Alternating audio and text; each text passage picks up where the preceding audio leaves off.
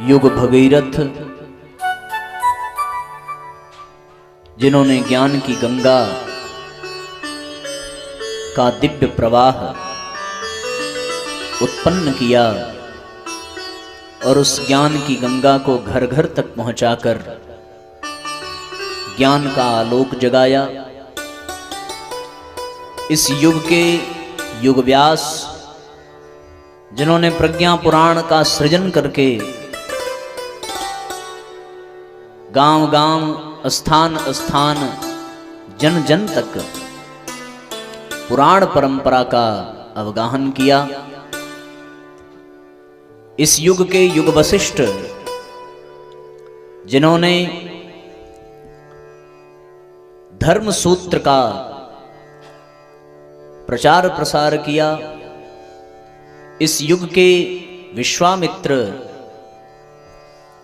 जिन्होंने पुनः इस धरा पर वेद माता देव माता गायत्री का अवतरण कराया और उन्हें विश्व माता की संज्ञा प्रदान की।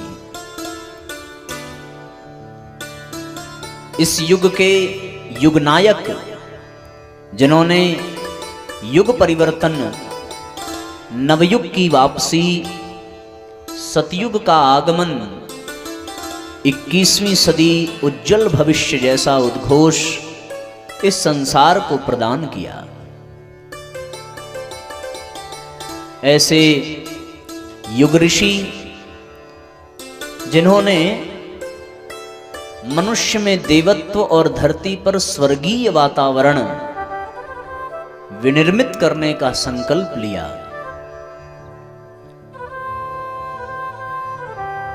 ऐसे परम पूज्य गुरुदेव जो वेद मूर्ति हैं, तपोनिष्ठ कहे जाते हैं, जिन्होंने गायत्री परिवार जैसी संस्था का ऐसे एक परम पुनीत पावन संगठन का सृजन किया, जिन्होंने यज्ञ और गायत्री को माध्यम बना करके भारतीय संस्कृति के पुनर्जागरण का और भारत को विश्व गुरु बनाने के लिए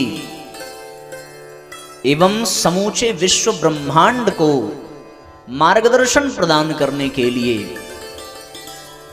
जिन्होंने 24-24 लाख के 24 महापुरस्सरण गायत्री मंत्र के संपन्न किए,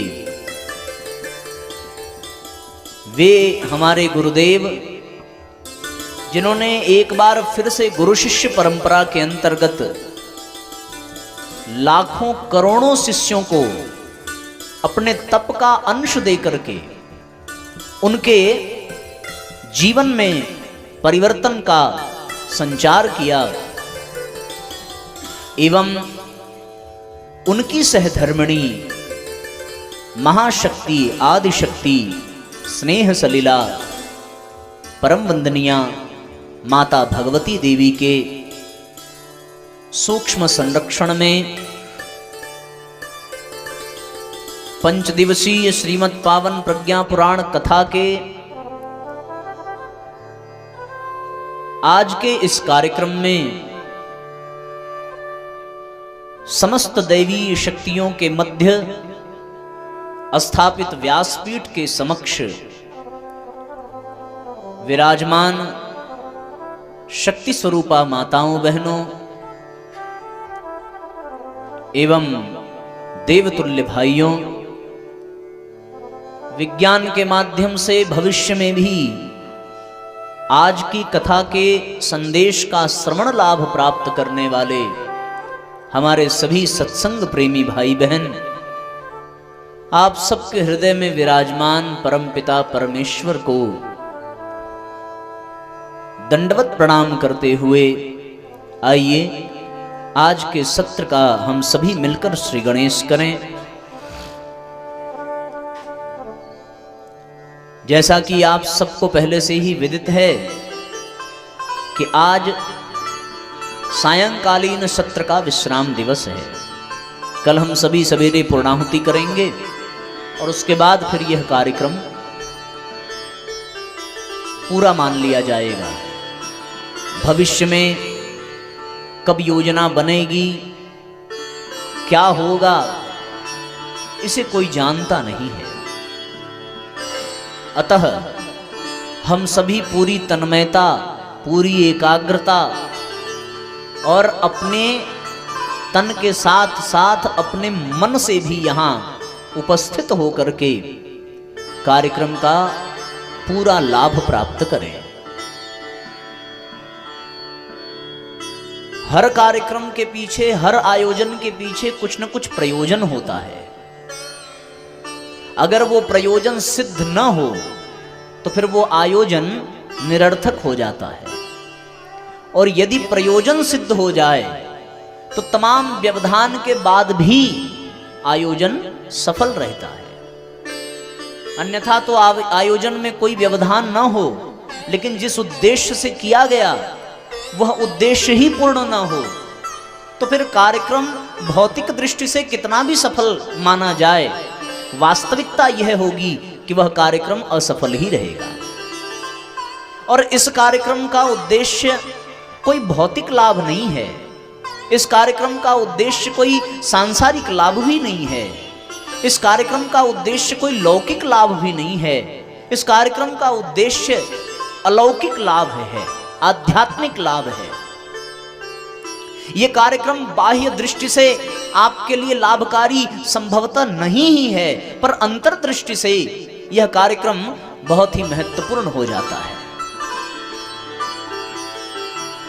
हम ये सोच लेते हैं कि हमारा यह जीवन केवल उतने ही समय के लिए है जब तक हमें मृत्यु स्पर्श नहीं करती। मृत्यु जिस दिन आ गई उस दिन यह जीवन समाप्त हो जाता है। पर साथियों, ये हमारी अज्ञानता है, ये हमारा भ्रम है। हमारा जीवन मृत्यु के बाद भी निरंतर चलता रहता है। हमें केवल इस लोक की जानकारी है, पर इस लोक के अतिरिक्त भी अन्य कई लोक हैं जहां मृत्यु के पश्चात हमारे जीवन की यात्राएं चलती हैं। कोई उसे परलोक कहता है, कोई उसे स्वर्गलोक कहता है, कोई ब्रह्मलोक कहता है, कोई पितरलोक कहता है। अलग अलग उसके नाम हैं, अलग अलग संबंध हैं उन सभी लोकों से, अलग अलग स्थान है, अलग अलग उद्देश्य है, अलग अलग उसकी महिमा है।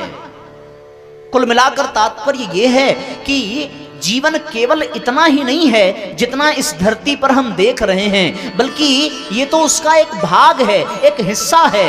एक बहुत बड़े जीवन की यात्रा इस लोक से परे है, जिसको परलोक कहते हैं।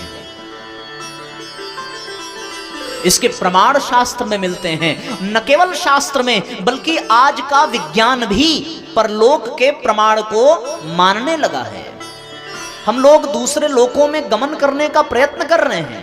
अभी ये भारत को सौभाग्य मिला कि भारत चंद्रलोक तक पहुंचने का स्वप्न साकार कर पाया। चंद्रयान के प्रयोग सफल हुए, और अभी उसके ठीक कुछ बाद सूर्य लोक को भी देखने, अनुभव करने का प्रयत्न भारतीय वैज्ञानिक कर रहे हैं। हाँ, ये ठीक है कि चंद्रलोक पर यान उतरा, सूर्य लोक पर उतरेगा इसके लिए उन्होंने प्रयास नहीं किया। कुछ लाख दूरी पर जाकर के सूर्य लोक का अध्ययन करने का प्रयत्न हमारे देश के वैज्ञानिक कर रहे हैं। देखो भैया, सूर्य पिता है और चंदा मामा है। मामा के पास कोई भी भांजा जाएगा तो मामा स्वागत करेंगे, लेकिन पिता के पास यदि पुत्र जाए तो वो इतना सरल नहीं होता जितना देखने में लगता है। पिता बड़ा गर्म होता है। सूर्य का स्वभाव गर्मी प्रदान करने का है। सूर्य कर्मयोगी है, पिता भी कर्मयोगी की तरीके से होता है। यदि कोई शिशु अपने किसी बात को जितनी सहजता से अपने माँ से कह देगा अथवा अपने मामा से कह देगा, उतनी सहजता से वो अपने पिता से अपनी बात नहीं कह सकता। तो जितनी सहजता से हम चंद्रमा पर उतरे, चंद्रयान को सफल बनाया, उतनी सहजता से हम सूर्य लोक में प्रवेश कर पावे ये संभव नहीं है। और भारत के वैज्ञानिक आज इसका प्रयोग कर रहे हैं, पर हमने तो ये सुना है कि इस प्रयोग को इसी देश के किसी पक्षी ने भी किया था। रामायण के काल में हम लोगों ने कथा सुनी है जटायु की, और जटायु के बड़े भाई क्या नाम था?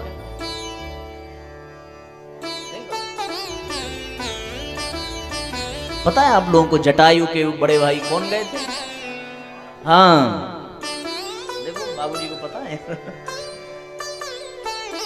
उन्होंने सूर्यलोक की यात्रा की थी, पर वो उनकी भी यात्रा सफल नहीं हो पाई। पंख जले, कटे और गिरे। तो फिर सूर्य पिता है, इतनी सहजता से वहां पहुंचा नहीं जा सकता, और यदि जबरदस्ती करी जाए तो फिर डांट सुननी पड़ेगी। तो कुल मिलाकर कहने का तात्पर्य यह है साथियों कि हमारे देश के वैज्ञानिक भी अब अन्य लोकों के प्रमाण को स्वीकार करने लगे हैं, जिसका वर्णन हमारे शास्त्रों में बहुत पहले से ही कर दिया गया है। इसलिए जीवन केवल इसी लोक तक सीमित नहीं है, जीवन की इसके इतर लोकों में भी यात्रा होती है। और यह सत्य है कि यहां हमें कुछ वर्ष ही रहना पड़ता है, पर अन्य लोगों के समय की गणना यहां की अपेक्षा कुछ अलग है। कहते हैं साहब कि पितृलोक में जब यहां 15 दिन बीतता है तो वहां केवल 1 दिन बीतता है, और फिर पितृलोक से भी ऊपर जो स्वर्गलोक होगा, जो देवलोक है, यहां जब 1 वर्ष व्यतीत हो जाते हैं तब वहां 1 दिन बीतता है। इसी परिमाण से उसके ऊपर के भी अन्य लोकों की समयावधि बढ़ती चली जाती है। ब्रह्मलोक की समय अवधि और भी यहां की अपेक्षा बहुत अधिक है कि जब यहां कुछ 1 कल्प बीत जाता है तब ब्रह्मा जी का 1 दिन बीतता है। कुछ ऐसा समय का परिमाण है। अब ये भागवत का विषय है, कभी भविष्य में फिर संयोग बना उसकी चर्चा होगी, पर कुल मिलाकर कहने का उद्देश्य इतना भर है साथियों कि हमारा जीवन केवल इसी लोक तक सीमित नहीं है, हमें किसी अन्य लोक में भी जाना पड़ेगा। और एक बात का ध्यान रहे कि जहां हम हैं ये स्थान हमारा नहीं है, हम यहां यात्रा करते हुए आए हैं और यहां ठहरने के लिए नहीं आए हैं, यहीं बस जाने के लिए नहीं आए हैं। ये तो यात्रा का एक पड़ाव है, यहां कुछ पल के लिए ठहरना है। उस पल को कुछ हम 70, 75, 80 वर्षों में बांट सकते हैं, लेकिन जैसे ही वो समय समाप्त हुआ वैसे हमें यहां से भी अपनी यात्रा करते हुए पलायन करना पड़ेगा और किसी अन्य लोक में जाना पड़ेगा। यहां स्थिरता नहीं है। हम अगर ये सोच लें कि हम यहां आए और यहीं रह जाएं, यहीं बस जाएं, ये संभव नहीं है। ये तो हमारी यात्रा का एक पड़ाव है। और ध्यान रहे, जो व्यक्ति यात्रा में होता है वो अपने सामान को हमेशा बांध करके रखता है कि क्या पता कब निकल जाना पड़े। जैसे है ना भैया, मिलिट्री में आप संभवतः है ना, आपकी तो यात्रा चलती रहती होगी। जैसे इनकी यात्रा, वैसे हम लोग की भी यात्रा चलती है। शुरुआत के दिनों में तो हम लोग अपना बड़ा वाला लगेज जो है वो ऊपर अलमारी पे रखते थे, पर अब स्थिति यह है कि अब उसे नीचे ही रखना पड़ता है कि कब उसको पैक करना पड़ेगा, कब कहां किस कार्यक्रम के लिए जाना पड़ेगा। अपना ही घर पर आयो जैसा लगता है। 1-8 महीने में हम लोग 2, 4, 5 दिन के लिए रुके और उसके बाद फिर अगली यात्रा की तैयारी शुरू हो गई। तो कुल मिलाकर कहने का तात्पर्य यह है कि जब व्यक्ति यात्रा में हो तो उसका सामान हमेशा पैक रहता है, हमेशा तैयार रहता है। आज हम लोग अपने आप से ये प्रश्न पूछें कि हम जिस लोक में हैं ये लोक ठहरने के लिए नहीं है, ये यात्रा का एक पड़ाव है, और इस पड़ाव को भी छोड़ करके हमें अगले लोक की यात्रा करने के लिए जाना पड़ेगा। हम लोगों को तो फिर भी पता चल जाता है 10-5 दिन पहले कि इस दिन का टिकट निकालिए, इस दिन जाना पड़ेगा। पर साथियों, मजे की बात यह है कि इस लोक से दूसरे लोक की यात्रा पर हमें कब जाना पड़े और उसका कब नोटिस आ जाए, इसकी जानकारी भी नहीं मिल पाती। लेकिन जो सूक्ष्म दृष्टा होते हैं, जो गंभीर होते हैं, जो ज्ञानी होते हैं, उनको पता चल जाता है कि जाने का समय आ गया है। सामान्य दृष्टि से हम उसके कुछ लक्षण आपको बता दें। यदि आप गहराई से विचार करके देखें तो आपके जाने का पहला लक्षण आपके बालों से पता चलता है। जब तक बाल काले हैं तब तक तो ये लगेगा कि चलो अभी रहना है। जिस दिन एक बाल सफेद हुआ उस दिन इशारा मिल जाता है कि अब हमें जाने की तैयारी करनी चाहिए। पर आदमी अपने आप को बेवकूफ बनाने के लिए बाल को सफेद से फिर काला कर लेता है। हमें अभी नहीं जाना, जाने की जरूरत नहीं है। एक दूसरा संकेत भी मिल जाता है। दूसरा संकेत ये मिलता है कि अब 32 में से कुछ एकाध दांत गिर पड़ते हैं, पर आदमी मृत्यु को भी चैलेंज करता है और ये विचार करते हुए वो फिर जो दांत गिरे हैं उसके स्थान पर फिर अगले दांत की व्यवस्था कर लेता है। एक और इशारा मिलता है, नेत्र की ज्योति कम होती है तो फिर वो चश्मे लगा लेता है। इशारे तो मिल जाते हैं जाने के, यात्रा की तैयारी हम करते नहीं हैं और इसीलिए साथियों हम मात खा जाते हैं। यही हमारी जिंदगी के पराजय का सबसे बड़ा कारण बनता है। यदि हम सदैव अपनी यात्रा के लिए तैयार रहें तो हमें जरा सी भी परेशानी नहीं होगी। हमारा सारा सामान पैक हो, जितनी भी जरूरत की चीजें हैं, हमारा टिकट व्यवस्थित हो, हम सभी जरूरत की सामग्रियों को अपने बैग में लेकर के यात्रा करें तो हमें कोई भी दिक्कत, कोई भी परेशानी, कोई भी भय, कोई भी चिंता नहीं होगी। अगर आपके पास टिकट ना हो और आप ट्रेन में सवारी कर रहे हो, यात्रा कर रहे हो, तो आपका मन हर पल घबराता रहेगा कि कहीं कोई टीटी आ न जाए, टिकट मांग न ले, पूछ न ले, चेक न कर ले। और जिसके पास टिकट है वो बड़े ताव में रहता है, उससे अगर टीटी टिकट मांगे तो वो बड़े तैस में निकाल करके ये लो टिकट ऐसे दिखाता है। इसका मतलब उसकी तैयारी रहती है तो बिल्कुल ताव में है भैया कि कोई दिक्कत की बात नहीं है। और अगर तैयारी ना हो तो मुंह चोरों जैसा बना रहता है। कभी हम बाथरूम के दरवाजे को झांकते हैं, कभी दरवाजे पर खड़े हो जाते हैं, कभी इस सीट पर, कभी उस सीट पर, बंदरों जैसी स्थिति होती है हमारी। जैसे ही काले कोट वाले टीटी को देखा, कभी उसके पीछे, कभी इसके आगे, ऐसे ही जीवन बीतता है हम लोग का। उसी प्रकार यदि यात्रा की हमने तैयारी कर रखी हो तो किसी बात की चिंता, किसी बात का संशय नहीं रहता, और तैयारी ना हो तो बात बिगड़ जाती है और जीवन बेकार हो जाता है।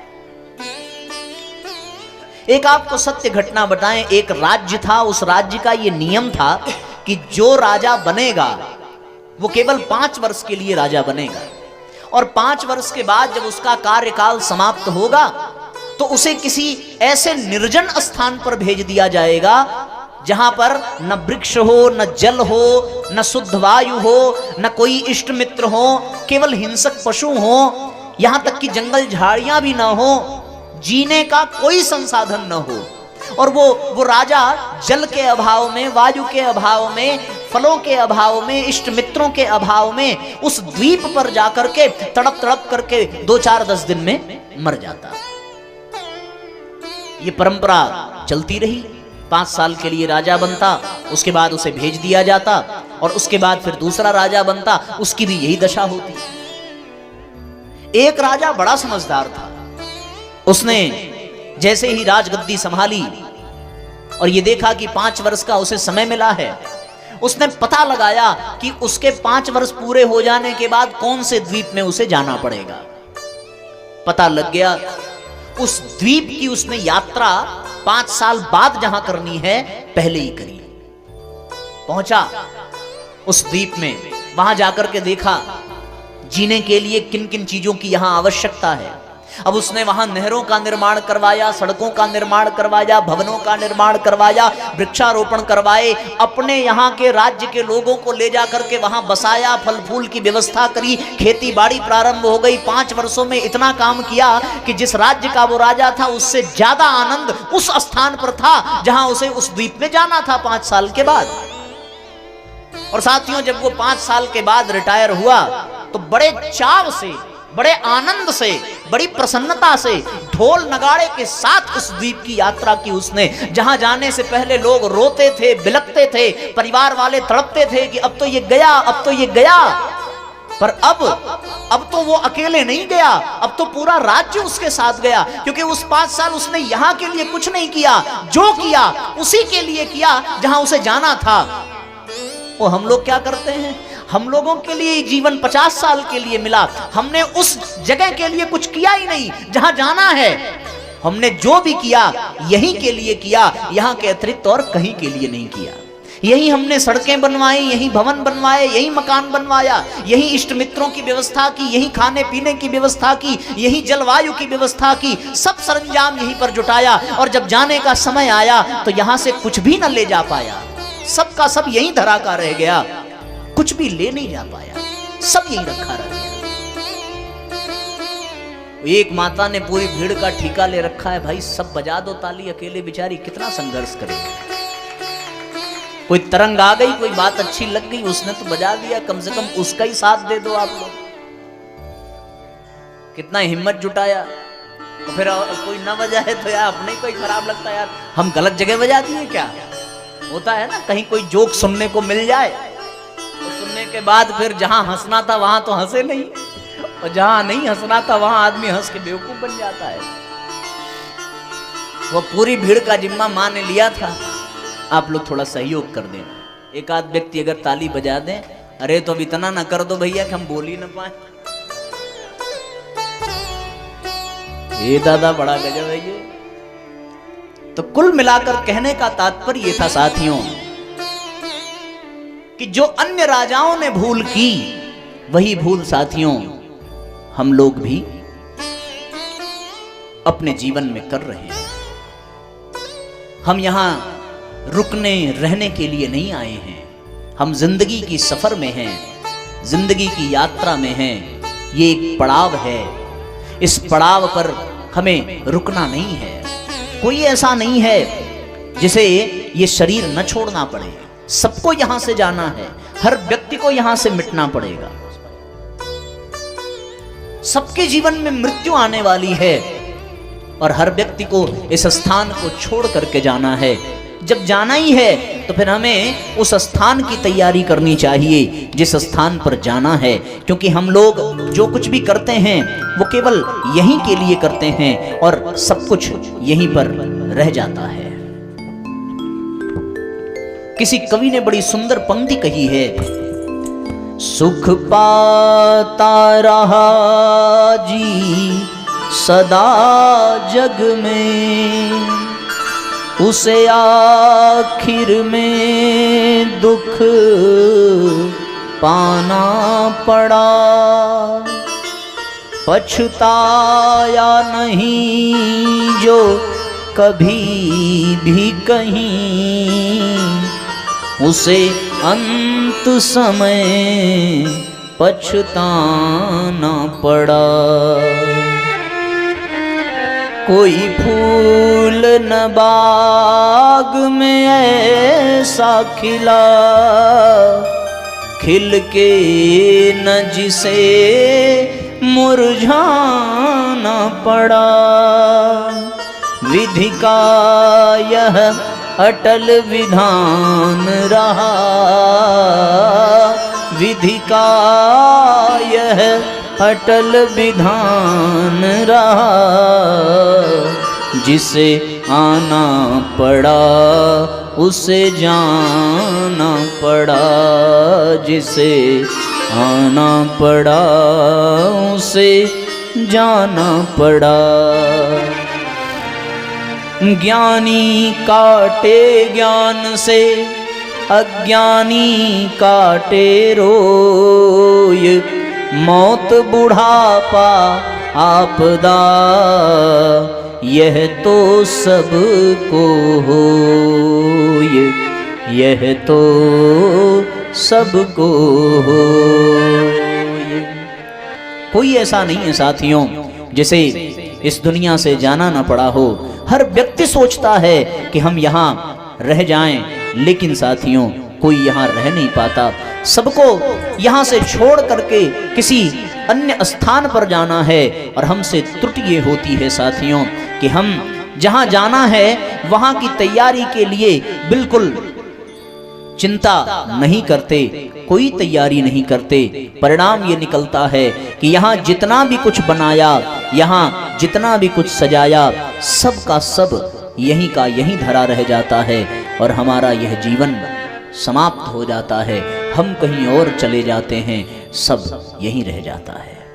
इसलिए साथियों बहुत सुंदर भाव है एक पंक्ति का, हम सभी उसको गुनगुनाएं। बोलिए परम पूज्य गुरुदेव की जय। जीवन ये 2 दिन का मेला रहेगा, जीवन ये 2 दिन का मेला रहेगा।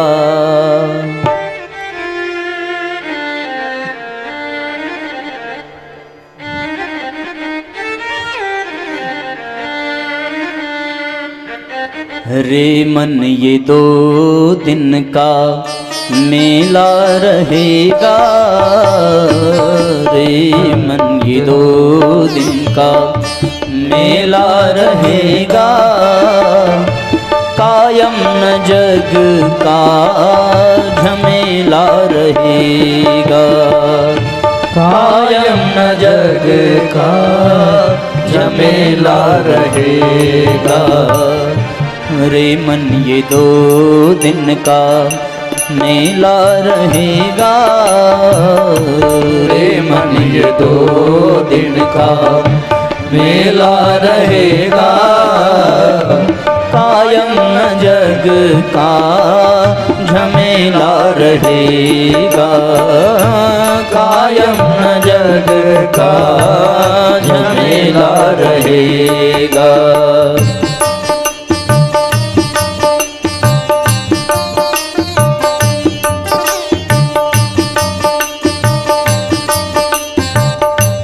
एक साथ तालियां बजाइए।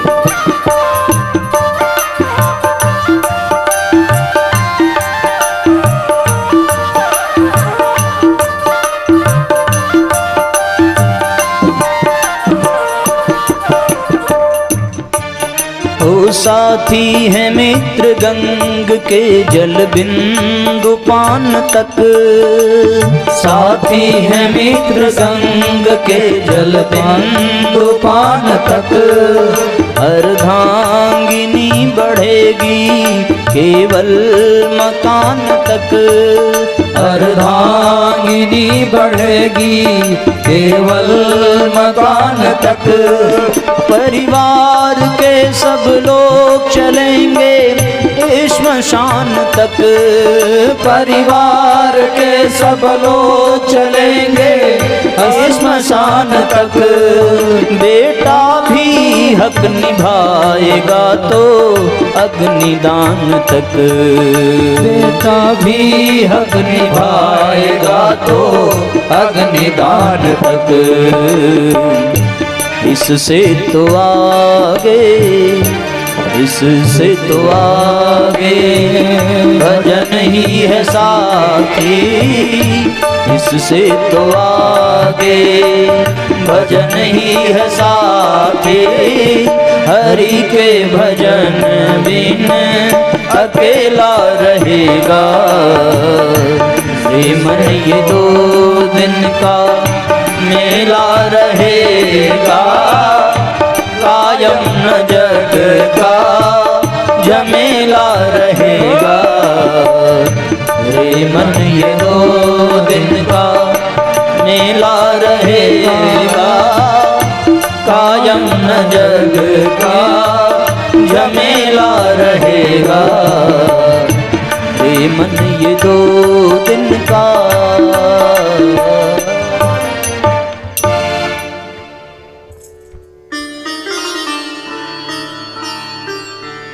चार दिन की ये जिंदगी है और हम सभी यहाँ इस जिंदगी में ऐसे उलझ जाते हैं कि हमें ये विस्मरण हो जाता है कि हम यहाँ रुकने के लिए नहीं आए हैं। हम यहाँ ठहरने के लिए नहीं आए हैं। हम यहाँ से जाने के लिए आए हैं। कोई ऐसा नहीं है जो ये कह दे कि हम यहाँ से नहीं जाएंगे। बड़े बड़े लोग आए जिनको इच्छा मृत्यु का वरदान था। अगर वो न चाहते तो वो न जाते, लेकिन फिर भी ये संसार की रीति है। परिवर्तन संसार का नियम है। इसलिए साथियों ये परिवर्तन होता है और हमें भी स्वीकार करना ही पड़ेगा। हम आए हैं तो हमें भी जाना ही पड़ेगा। बड़ी बड़ी अवतारी सत्ताएं आती हैं, अवतारी चेतनाएं आती हैं और उनको भी जाना पड़ता है। हम और आप तो बहुत सामान्य लोग हैं। एक और बात जान लेना, दुनिया के किसी भी कोने पर आपको ये तो लिखा मिल जाएगा कि यहां थूकना मना है। आप यह भी जान लेंगे कि यहां पे गाड़ी खड़ी करना मना है, ऐसे लिखा रहता है। कहीं कहीं ये भी लिखा रहेगा यहां कूड़ा फेंकना मना है, कहीं ये भी लिखा रहेगा यहां शौच करना मना है। सब मना है लिखा रहेगा, लेकिन दुनिया के किसी भी कोने में ये नहीं लिखा है कि यहां मरना मना है। ये लाइन आप कहीं नहीं पाएंगे, आप ये जान लेना। वो आप कहीं भी मर सकते हो, कभी भी। अब आप अपने आप से पूछें क्या आपकी तैयारी है? उदाहरण के लिए मान लो यमराज अभी आ ही जाएं और कह दें चलिए आपका समय हो गया। एक मजे की बात आपको बताएं अभी स्मरण में आया। एक आदमी के घर सवेरे 4 बजे दरवाजे खटखटाने की आवाज आई। उठा, दरवाजा खोला, और दरवाजा खोला, सामने भैंसे खड़े थे यमराज। पूछा सरकार आप कौन? उन्होंने कहा हम हैं यमराज। बोले क्या काम? हम तुम्हें लेने आए हैं। अब वो बेचारा बड़ा सवेरे सवेरे तो माथा ही खराब हो गया। रात में सोच के सोया था कि हम कल ये करेंगे, ये करेंगे, इनसे हिसाब करेंगे। और आ गए सामने यमराज। बोले महाराज अभी तो बहुत काम बाकी है। बोले ना तुम्हारा समय हो गया, जाना ही पड़ेगा। उसने सोचा कुछ युक्ति लगाते हैं। बोला अच्छा अब आ गए हैं तो 2 मिनट का समय दीजिए, कम से कम हमारे हाथ की 1 कप चाय पी लीजिए, हम चाय बहुत अच्छी बनाते हैं। उसने बनाई चाय, और स्वर्गलोक में चाय मिलती नहीं होगी। और यमराज ने भी सोचा कि भाई अब वहां तो मिलती नहीं है, धरती का आइटम है, जरा टेस्ट करते चले। अब आ गए तो चाय के बड़े शौकीन होते हैं लोग यहाँ, और यमराज भी चाय के चक्कर में फंसे। अब चाय बनी, उसके मन में ये आया कि चाय में मिला देते नींद की गोली, और यमराज जी चाय पिएंगे सो जाएंगे। यमराज बोले कि समय बहुत कम है, देखो बड़ी लंबी लिस्ट है, और इन लोगों को आज लेने जाना है, जरा जल्दी चाय बनाना। उसने बनाई चाय, मिलाई नींद की गोली, यमराज को पिलाई, और यमराज पी के सो गए। बड़ा खुश हुआ, और तुरंत यमराज के जेब में हाथ डाल के वो लिस्ट भैया निकाल ली उसने, और ऊपर ही सबसे उसका नाम लिखा था, उसको उसने काट दिया और अपना नाम लिख दिया सबसे नीचे। चलो जितने में ये बाकी लोगों को लिख जाएंगे, हमारा नंबर सबसे अंत में आएगा। और फिर उसके बाद जो है लिस्ट डाल दी यमराज की झोली में। 2-4-10 घंटे बाद जब वो जगे तो फिर यमराज बड़े प्रसन्न थे। बोले यार ऐसी चीज तो हमने कभी पी ही नहीं, हम तो काम कर करके थक जाते थे, मर जाते थे, आज बड़ा आराम मिला। हम तुमसे बहुत प्रसन्न हैं, और तुम्हारी प्रसन्नता, तुमसे इतने प्रसन्न हैं, ये जो तुम्हारा नाम जो सबसे ऊपर है, अब हम ऊपर से किसी को नहीं ले जाएंगे।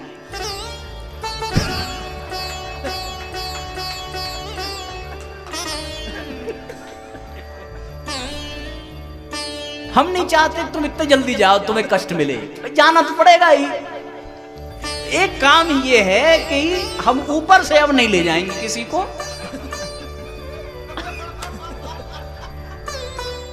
हम ले जाएंगे।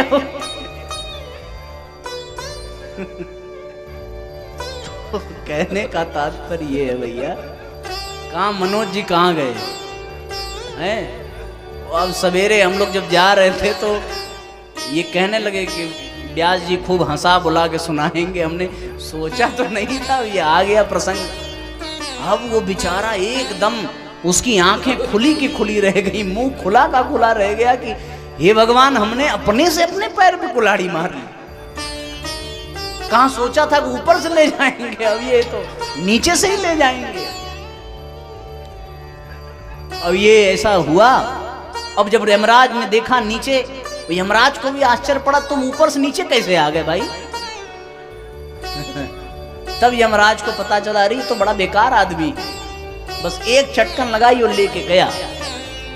तो कोई ऐसा है ही नहीं है जिसको जाने से छुट्टी मिल जाए। भाव बस इतना ही है कि हम सबको यहां से जाना है, किसी को यहां पर रहना नहीं है। जो इस भ्रम में हो कि हमारी तो चमड़ी बड़ी टाइट है, अभी हम बहुत जवान हैं, अभी हम नहीं जाएंगे। तो ध्यान रखना, सफेद बाल वाले नहीं जाते, काले वाले भी चले जाते हैं। हाँ, ये मत समझना कि बूढ़े होंगे तब जाएंगे। आजकल बड़े जवान निकल जा रहे हैं।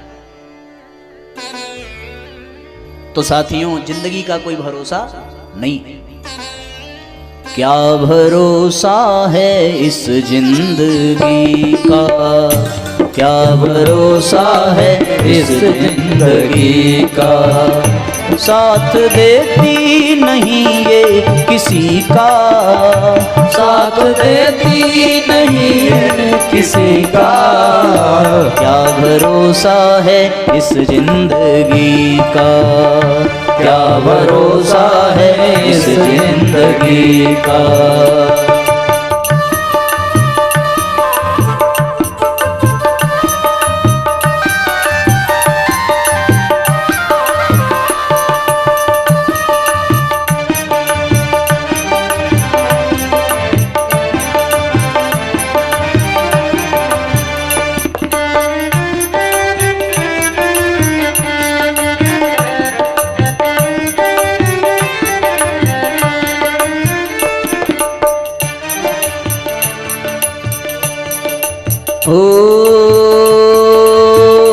सांस रुक जाएगी चलते चलते, सांस रुक जाएगी चलते चलते, क्षमा बुझ जाएगी जलते जलते, क्षमा बुझ जाएगी जलते जलते, सांस रुक जाएगी चलते चलते, क्षमा बुझ जाएगी जलते जलते, सांस रुक जाएगी चलते चलते, क्षमा बुझ जाएगी चलते चलते, दम निकल जाएगा, दम निकल जाएगा, दम निकल जाएगा, दम निकल जाएगा, दम निकल जाएगा रोशनी का, क्या भरोसा है इस जिंदगी का, क्या भरोसा है इस जिंदगी का।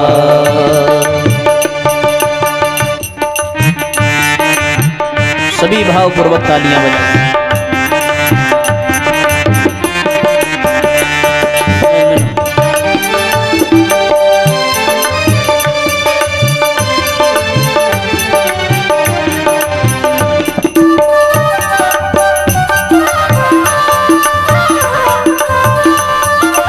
दोनों हाथ से तालियां बजाइए।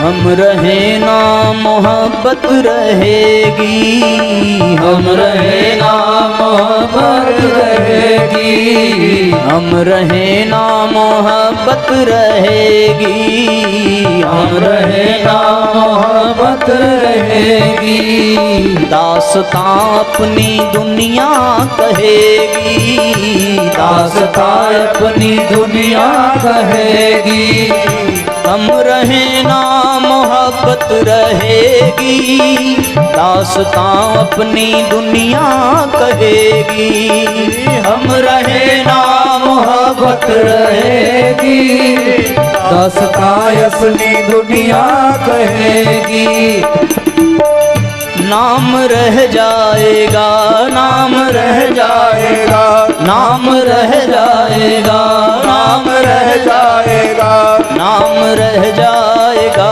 आदमी का,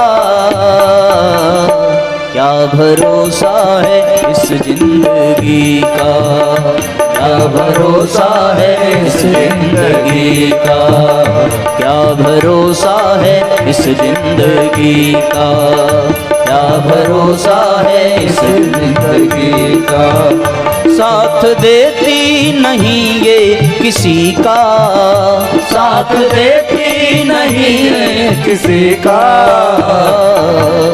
क्या भरोसा है इस जिंदगी का, क्या भरोसा है इस जिंदगी का, क्या भरोसा है इस जिंदगी का।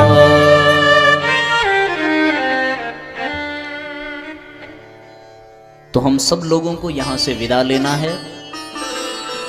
जैसे आज इस कार्यक्रम से हम लोग विदा ले लेंगे, कल शाम को यहाँ हम लोग नहीं मिलेंगे और फिर आप भी शाम को यहाँ नहीं मिलेंगे।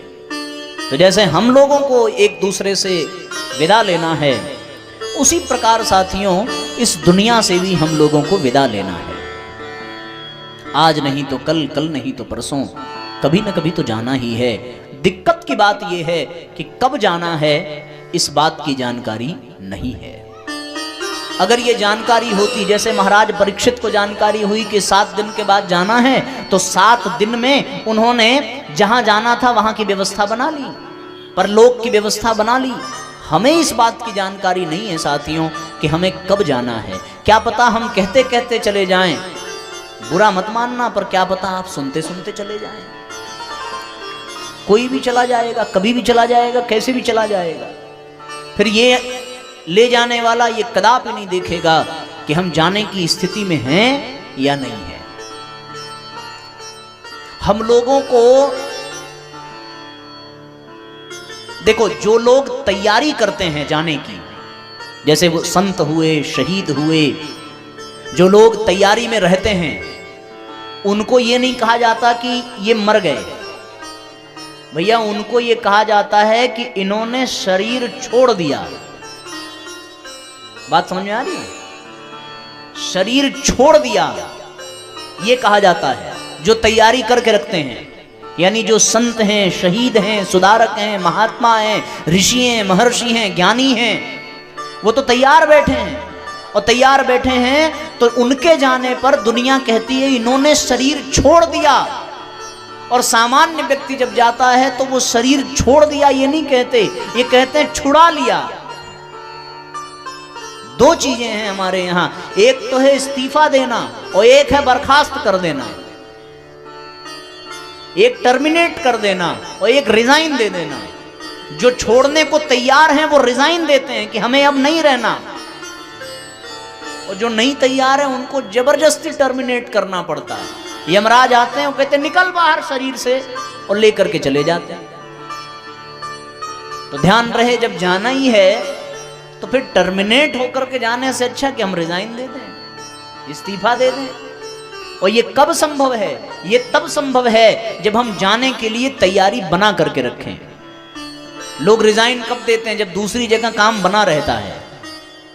उसी प्रकार जब हमारी व्यवस्था वहां बनी बनाई रहेगी तो फिर हमें रिजाइन देने में दिक्कत नहीं होगी।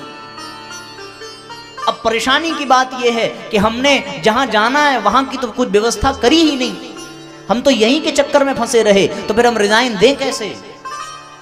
मुश्किल हो जाती है। और हम लोग जहां जाना है वहां की व्यवस्था, वहां की जानकारी इसलिए नहीं कर पाते क्योंकि हम होश में नहीं हैं, हम सब बेहोश हैं। जिस प्रकार से व्यक्ति सोया हो और नींद में वो स्वप्न देखता है ना,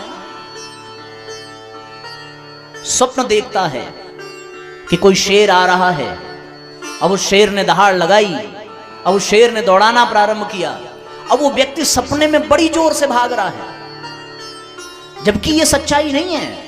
सच का शेर नहीं था, सच में नहीं दौड़ाया, वो सच में नहीं भागा, लेकिन वो उस दिन वाली बात कि असर उसका जरूर शरीर में हुआ। वो सोया है पर नींद में ही कांप रहा है, नींद में ही बड़बड़ा रहा है कि बचाओ बचाओ बचाओ, ऐसे कर रहा है वो नींद में, जबकि सच का शेर नहीं है। फिर बगल में मां सोई हो या पत्नी सोई हो तो पत्नी झकझोर के जगाती है कि क्या हुआ, आप कोई सपना देख रहे थे क्या? तब वो हाँ उठ करके बैठता है, अरे हाँ मैं तो देख रहा था कि शेर ने मेरा पीछा कर लिया। अरे आप भी क्या फालतू सपना देखते हैं, ये सपना था, हकीकत थोड़ी है कोई। सपने की दुनिया से हकीकत में लाने का काम वहां पत्नी करती है जो आपके बगल में सोई है, अथवा आप मां के पास सोए हैं तो मां करती है। उसी प्रकार इस संसार के सपने में जो हम बेहोश पड़े हुए हैं उससे जगाने का काम यदि कोई करता है तो वो साथियों केवल और केवल गुरु और केवल गायत्री। जो ये हमें अनुभव कराते हैं कि तुम नींद में हो, तुम स्वप्न में हो। वो जैसे शेर हकीकत का नहीं था, उसी तरह ये संसार भी हकीकत का नहीं है। लगता है कि हकीकत का है, ये प्रातिभासिक सत्य है पर वास्तविक नहीं है। हमने कोई रस्सी देखी अंधेरे में, वो देखने में लगेगा कि सर्प है, वो सर्प नहीं है, फिर भी उसे सर्प समझ करके हमारे पसीने छूट जाते हैं, हम भाग जाते हैं। उसी प्रकार जिस संसार को हमने सत्य मान लिया, वो संसार सत्य नहीं है। और उस संसार को सत्य मान करके हम लोग इस संसार में इस तरह डूब गए कि हमने ये भुला दिया कि हमें किसी और दुनिया में जाना है और वहां जाने की तैयारी करनी है। तो जिस प्रकार बिस्तर पर पड़े नींद से जगा करके हकीकत का बोध कराती है हमारी माताएं, हमारी बहनें, हमारी पत्नी, उसी प्रकार इस संसार के हकीकत से हमें इस संसार में नींद से जगा करके हकीकत का बोध कराने का काम गुरु करता है। और दूसरी कोई सत्ता इस दुनिया में नहीं है जो ये कार्य करे।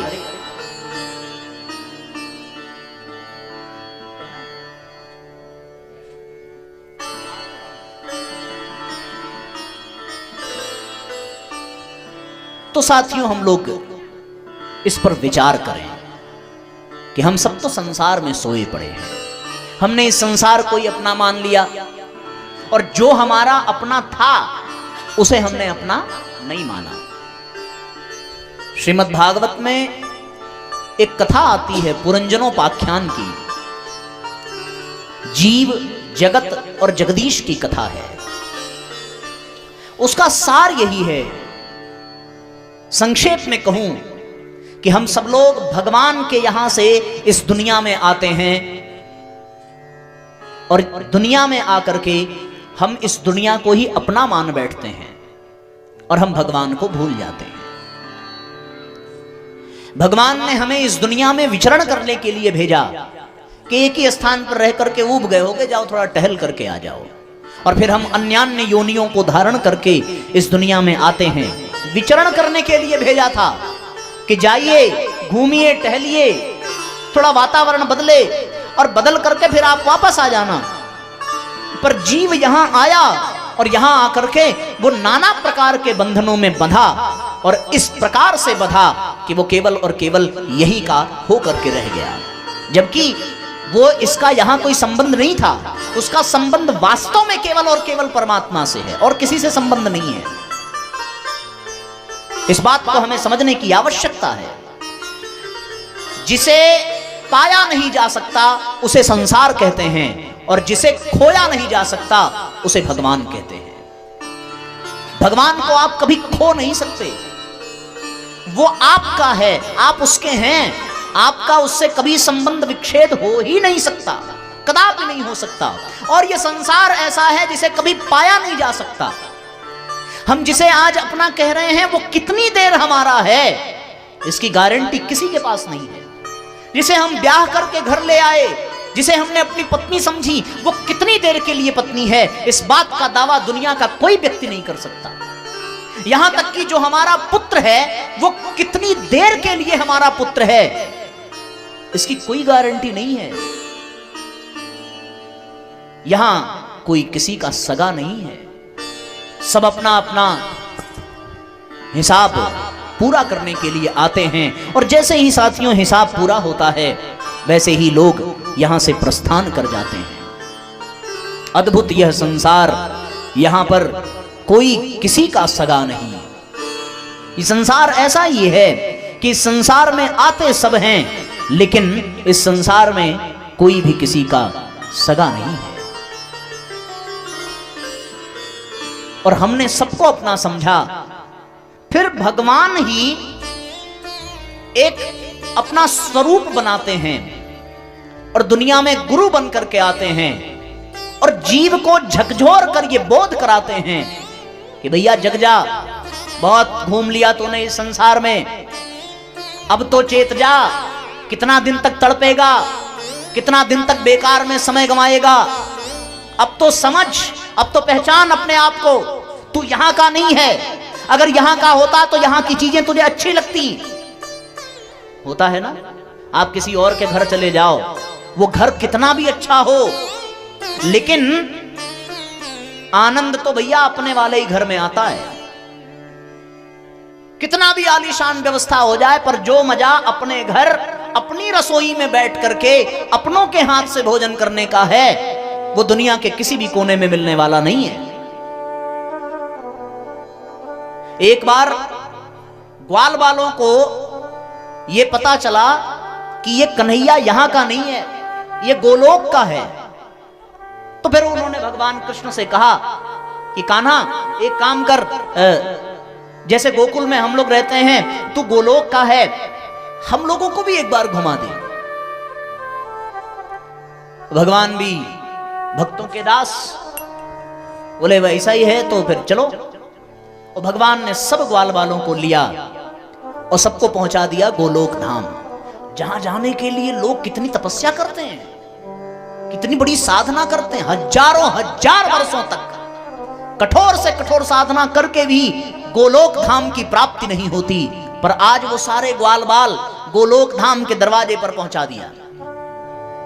अब ग्वाल बाल तो मस्त हैं कि गोलोक धाम का जो स्वामी है वो हमारा यार है, हमारा दोस्त है, हमारा मित्र है, तो ये एरिया भी अपना ही हुआ। अब गोलोक धाम में जो प्रवेश करता है वो कैसे प्रवेश करता? दंडवत प्रणाम करके, द्वारपालों से अनुमति लेकर के। अब ये ग्वाल बाल गमछा लपेटा, अद्धी टांग की धोती पहनी, लाठी ली, मुंह में पान दबाया होगा और अपनी चुटिया घुमाते हुए प्रवेश किया गोलोक में। और जैसे ही प्रवेश किया, द्वारपाल कौन हो भाई, कहां से? अब बेचारे पढ़े लिखे तो थे नहीं, रोका तो सहम गए। अरे ये कौन है भाई जो हमें कृष्ण के पास जाने से रोक रहा है? अभी तक हम जिसके साथ उदम मचाते थे, खेलते थे, कूदते थे, वो दूर जाकर के देखा कि बहुत बड़े सिंहासन पर वो बैठा है और वो देख रहा है, बहुत बड़े सिंहासन पर। वो जो हमारा जूठन खाता था वो बैठा इतने बड़े सिंहासन पर।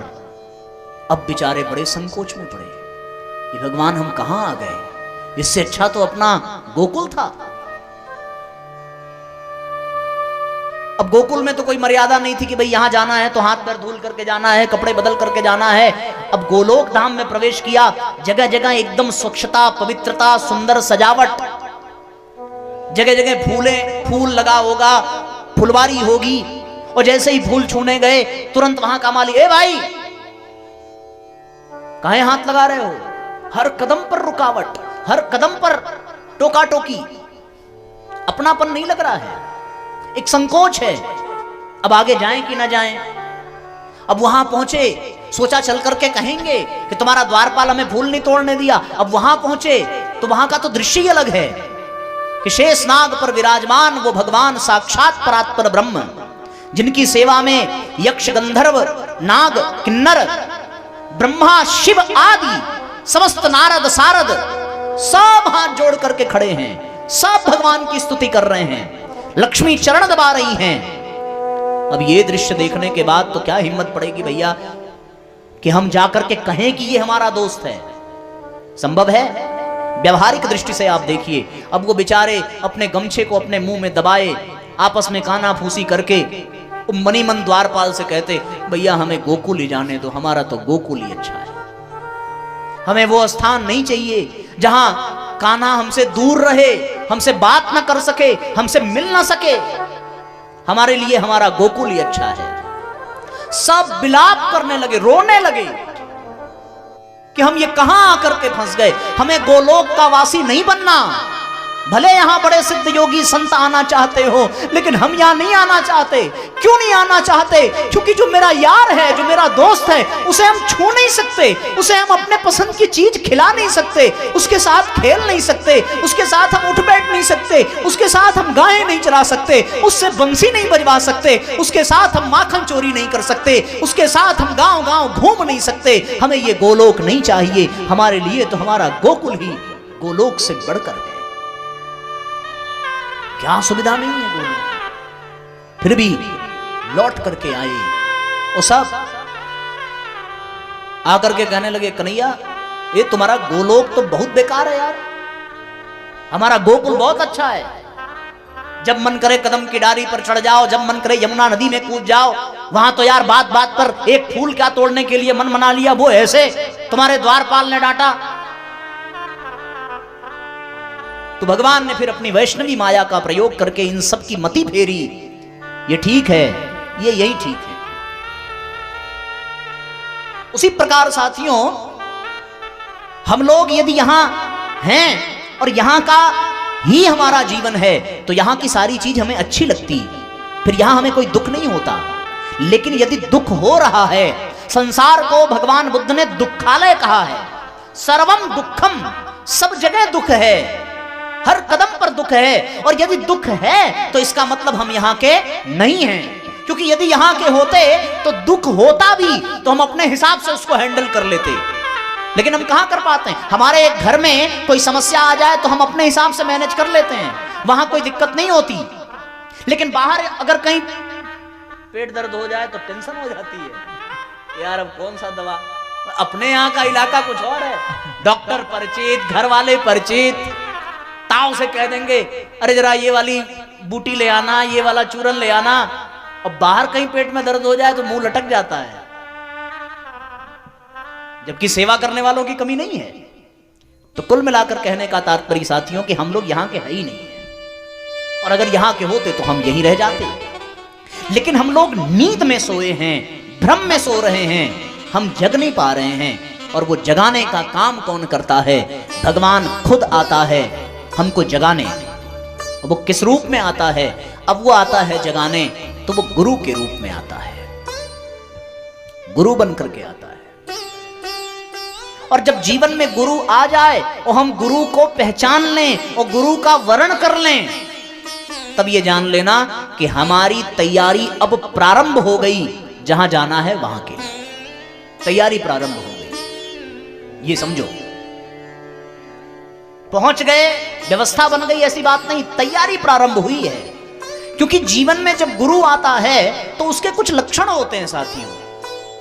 आप देखो, कोई कुंवारी कन्या जब वो विवाहित हो जाए तो उसे देख करके हम कह सकते हैं कि ये अब विवाहित है। कुछ लक्षण होते हैं उसके, गले में मंगलसूत्र होगा, हाथों में कंगन होगा, माथे पर बिंदी होगी, मांग में सिंदूर होगा। ये कुछ लक्षण हैं वो कन्या के जो आज तक कुंवारी थी पर अब वो विवाहित हो गई। उसी प्रकार साथियों, गुरु जब जीवन में आता है तो शिष्य के जीवन में कुछ लक्षण आते हैं। उस लक्षण को जिन्होंने स्वीकार कर लिया और गुरु का जिन्होंने वर्ण कर लिया, तो फिर वो गुरु आपको बेहोश से होश में लाता है और ये स्मरण दिलाता है कि तू यहां का नहीं है, तुझे यहां से जाना है, और जहां जाना है वहां की तैयारी कर ले बेटा। कल्पना करके देखो, जरा सोचो, जिस प्रकार से पति पत्नी की मांग भरता है, उसी प्रकार जब जीवन में गुरु आता है तो वो गुरु शिष्य को शिखा प्रदान करता है। शिखा, चोटी।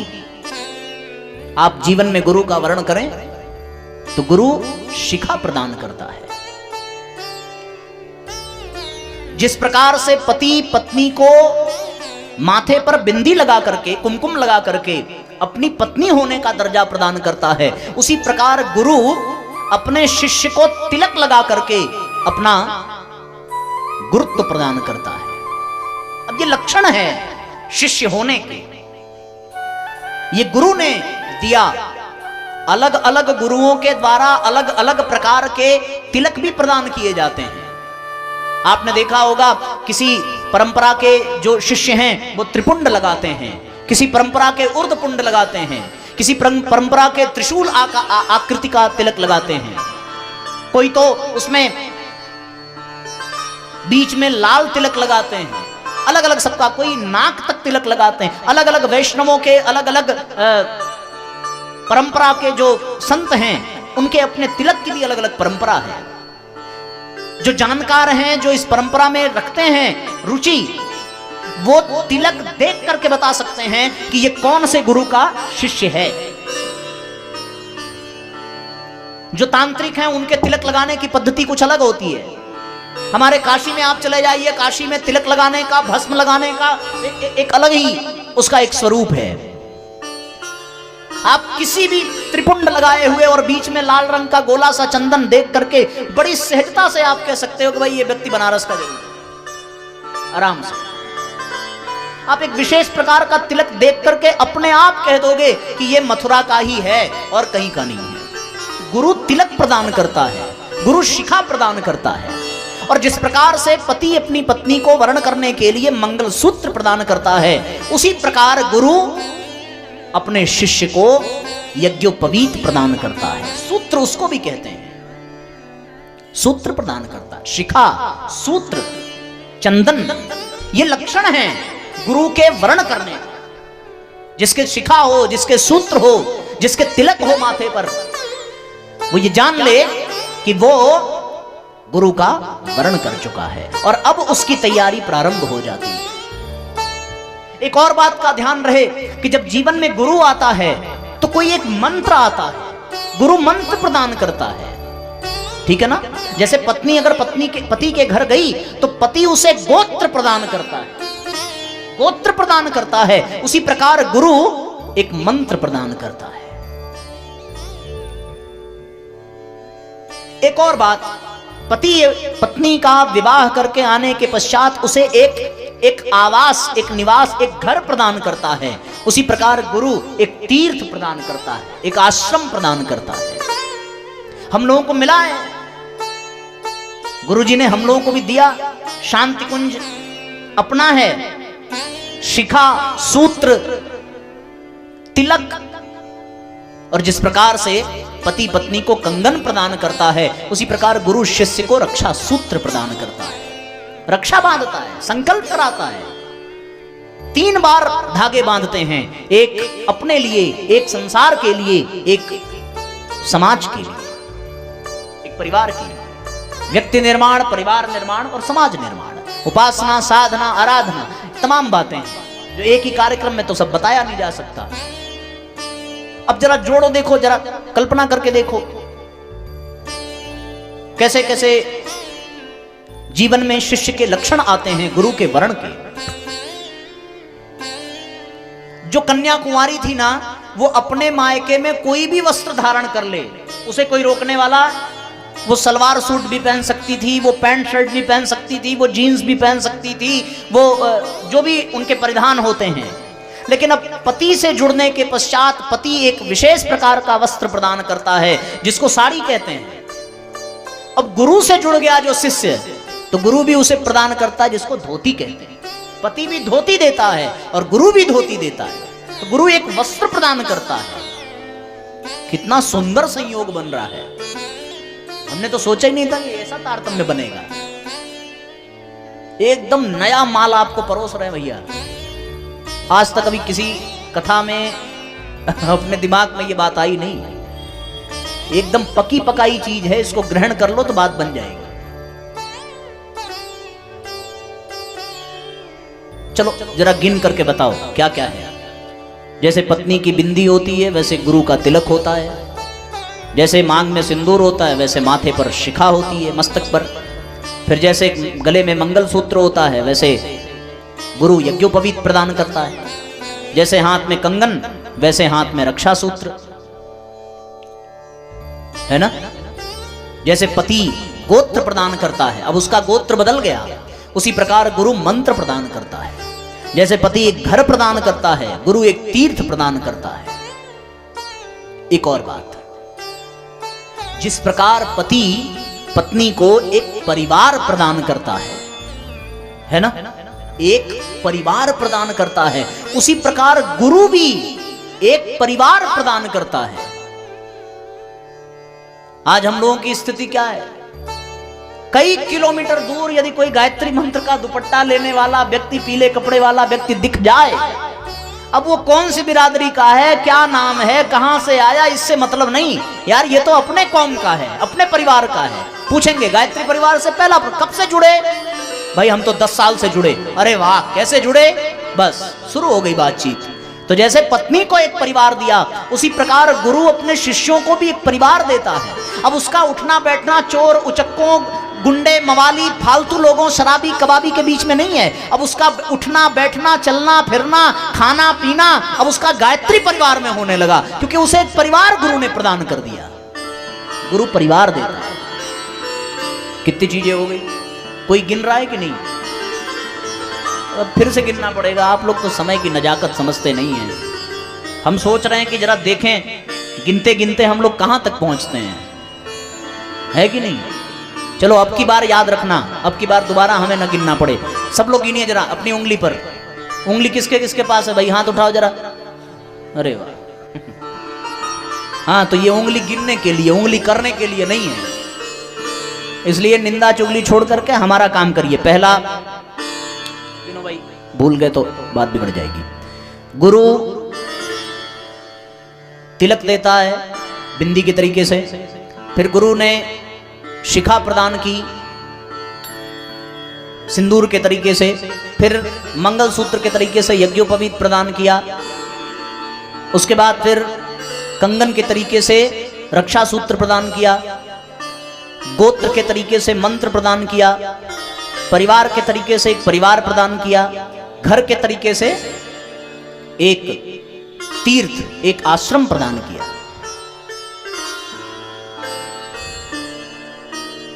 एक और चीज गुरु प्रदान करता है बिल्कुल वैसे ही जैसे पति अपनी। अब पति का जो आराध्य है, पति का जो इष्ट है, पति का जो सम्माननीय है, पति के जो इष्ट मित्र हैं, अब से पत्नी के भी वही हो जाते हैं और पत्नी के जो हैं वो पति के हो जाते हैं। तो जिस प्रकार पति अपनी पत्नी को एक सम्मानित सदस्य प्रदान करता है कि भाई मेरे नाते तुम्हें इनका सम्मान करना है, उसी प्रकार गुरु भी हमें इष्ट प्रदान करता है। क्या प्रदान करता है? इष्ट प्रदान करता है। इष्ट यानी भगवान, एक लक्ष्य। कितना हो गया? 8। और अब जब पत्नी पति के घर आ गई तो पति के घर में होने वाली परंपरा का निर्वहन पत्नी को करना पड़ता है। अब वो अपने यहाँ कौन सा व्रत थी, कौन सा त्योहार थी, कौन से विधि की पूजा थी, अब वो सब धीरे धीरे उसका खत्म। अब वो आई पति के घर। अब पति के यहाँ जिस परंपरा से पूजा पाठ हो रहा है, व्रत उपवास हो रहा है, तो उसके घर वाले, उसकी सास, उसके ससुर अब उसको सिखाएंगे। उसी प्रकार जैसे पति पत्नी को एक परंपरा प्रदान करता है, एक पद्धति प्रदान करता है, उसी प्रकार गुरु भी अपने शिष्य को एक पद्धति, एक पंथ प्रदान करता है। जैसे हम लोगों को एक पंथ मिला गायत्री उपासना का, मिला कि नहीं मिला? एक पंथ मिला। फिर पति और क्या प्रदान करता है? अब पति अपनी पत्नी को बताता है कि तुम्हारा आचरण किसके प्रति कैसा होना चाहिए, किसको तुम्हें प्रणाम करना है, किसको तुम्हें दूर से नमस्कार करना है, किसके चरण छूने हैं, किसके पांव दबाने हैं। ये कौन बताएगा? पति तो बताएगा कि भाई ये तुम्हारे जेठ हैं, इनसे दूर से प्रणाम करना है, ये ससुर हैं, इनको यहां से प्रणाम करना, ये सास हैं तो इनके पैर दबाने हैं। तो एक आचरण प्रदान करता है पति। फिर गुरु क्या प्रदान करता है? आचरण यानी पति एक ज्ञान प्रदान करता है। उसी प्रकार गुरु एक ग्रंथ प्रदान करता है। जैसे हम लोगों को ये मिल गया प्रज्ञा पुराण, कितना हो गया? 9 हो गए। तो ये 9 चीजें, 9 प्रकार की भक्ति भी होती है। अब देखो आज ये पहली बार है ना, मैं सोचता हूं कि अब इस विषय को यहां पर समेटा जाए। हाँ, अगली बार जब कभी चर्चा करेंगे तो हमारा तो ये मन है कि थोड़ा और इस पर चिंतन किया जाएगा। और इसको तो अभी 9 पहुंचा, 7 और मिला करके ना 16 श्रृंगार वाली पद्धति निकाली देते जरूर होंगे गुरुजी, ये जान लेना। 16 श्रृंगार शिष्य का होता है। अभी मोटा मोटी 9 दिमाग में आया, बाकी के जो 7 बचे हैं वो चलो भैया आपका जब होगा ना जनवरी में, कौन सा गांव है? खड़ेरा, हाँ जो भी हो हाँ?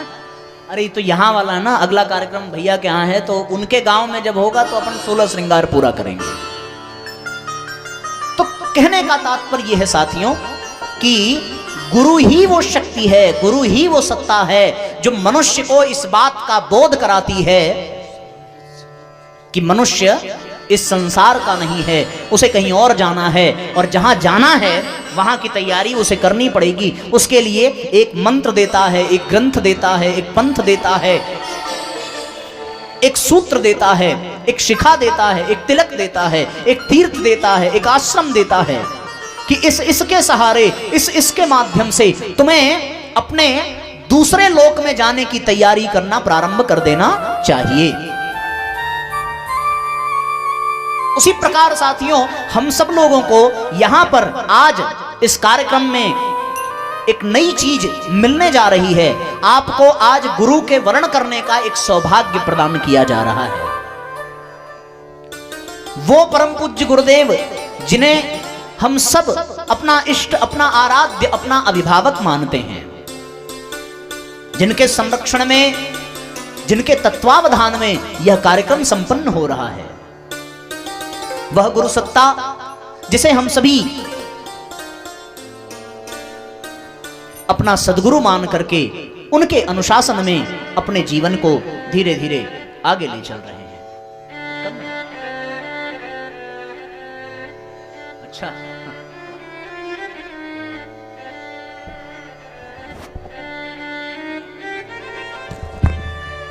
हमारे बीच जिला जेल उमरिया अधिकारी महोदय जी पधारे हुए हैं। मंत्र दुपट्टा से उनका भाव भरा स्वागत, अभिनंदन।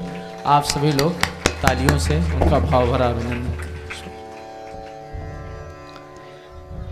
अभी आपने ऐसी जगह निमंत्रण दिया है कहाँ से आए हैं भाई साहब, बता दीजिए जरा फिर से। वो कह रहे हैं हमें कि 1 घंटे के लिए आपको वहां आना है, तो फिर हम 1 घंटे बाद छूट जाएंगे ना। धन्यवाद। पूरा प्रयास करेंगे कि कल अपना समय बनेगा तो जरा जेल भी टहल के आते हैं। जी जी। एक हो तो वहाँ के लोगों के लिए एक छोटा मोटा मोटिवेशनल कार्यक्रम रखिए। वहाँ जो हमारे अन्य भाई होंगे उनके एक मार्गदर्शन के लिए गुरुजी के विचार वहाँ पहुँचे, मंत्र लेखन पहुँचे, ऐसा कार्यक्रम बनाइए, है ना। कभी संजोग जैसा बनेगा बताइए, ठीक है। बहुत बहुत धन्यवाद भैया, बहुत बहुत प्रणाम।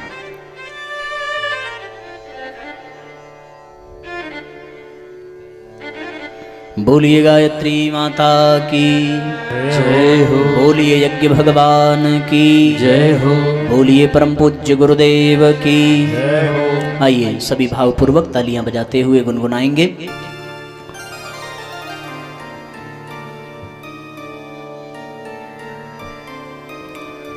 गुरुवर गुरुता दीजिए,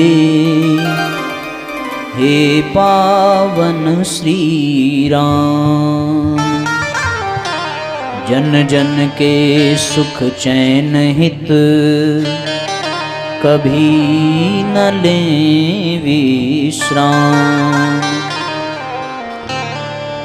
बस एक बार आजा गुरुदेव की शरण में, बस एक बार आजा गुरुदेव की शरण में, बस एक बार आजा गुरुदेव की शरण में, बस एक बार आजा गुरुदेव की शरण में। जीवन सफल बनेगा, जीवन सफल बनेगा, जीवन सफल बनेगा, जीवन सफल बनेगा, जीवन सफल बनेगा गुरुदेव की शरण में। बस एक बार आजा गुरुदेव की शरण में, बस एक बार आजा गुरुदेव की शरण में, एक बार आजा गुरुदेव की शरण में, बस एक बार आजा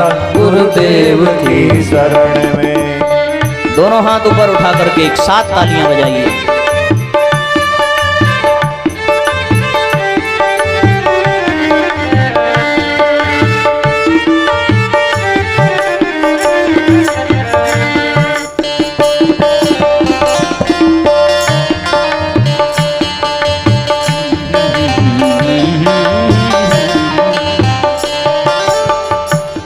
सर्वस्व कर दे अर्पण गुरुदेव की शरण में, सर्वस्व कर दे अर्पण गुरुदेव की शरण में, सर्वस्व कर दे अर्पण गुरुदेव की शरण में, सर्वस्व कर दे अर्पण गुरुदेव की चरण में, जीवन की डोर सौंप दे उनके ही हाथ में, जीवन की डोर सौंप दे उनके ही हाथ में, फिर भय न कोई होगा, फिर भय न कोई होगा, फिर भय न कोई होगा, फिर भय न कोई होगा, गुरुदेव की शरण में, गुरुदेव की शरण में, बस एक बार आजा गुरुदेव की शरण में, बस एक बार आजा गुरुदेव की शरण में, बस एक बार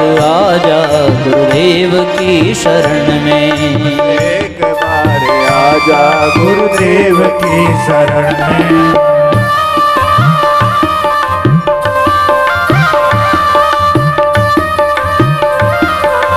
बोलिए परम पूज्य गुरुदेव की। दोनों हाथ ऊपर उठा करके एक साथ तालियां बजाइए।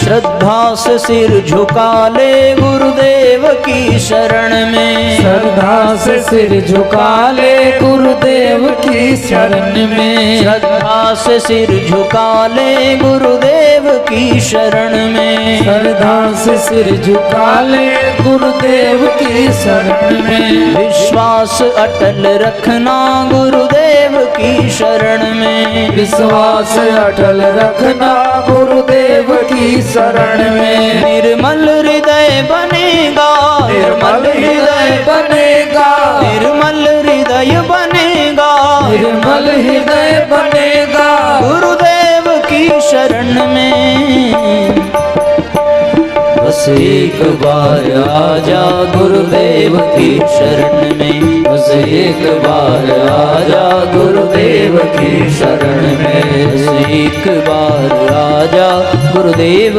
की शरण में, बस एक बार आजा गुरुदेव की शरण में। हरि बोल।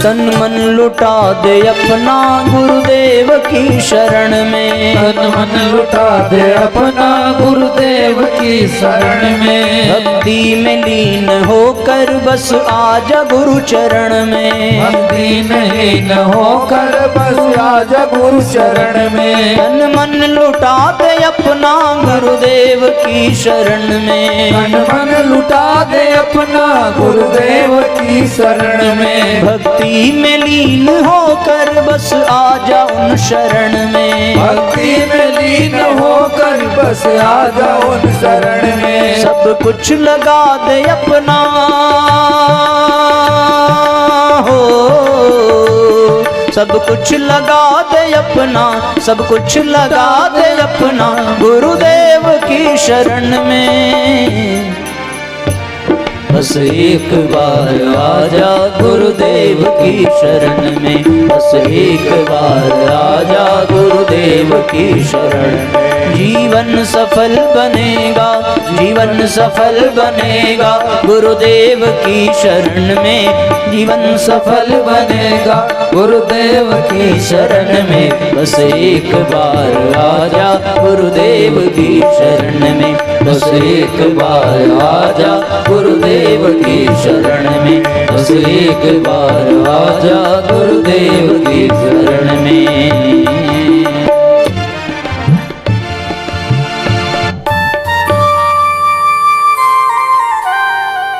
बोलिए परम पूज्य गुरुदेव की जय हो, बोलिए गायत्री माता की जय हो।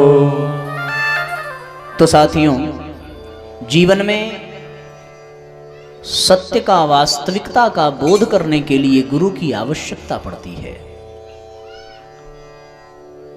यह तन विष की बेलरी, गुरु अमृत की खान, शीश दिए जो गुरु मिले तो भी सस्ता जान।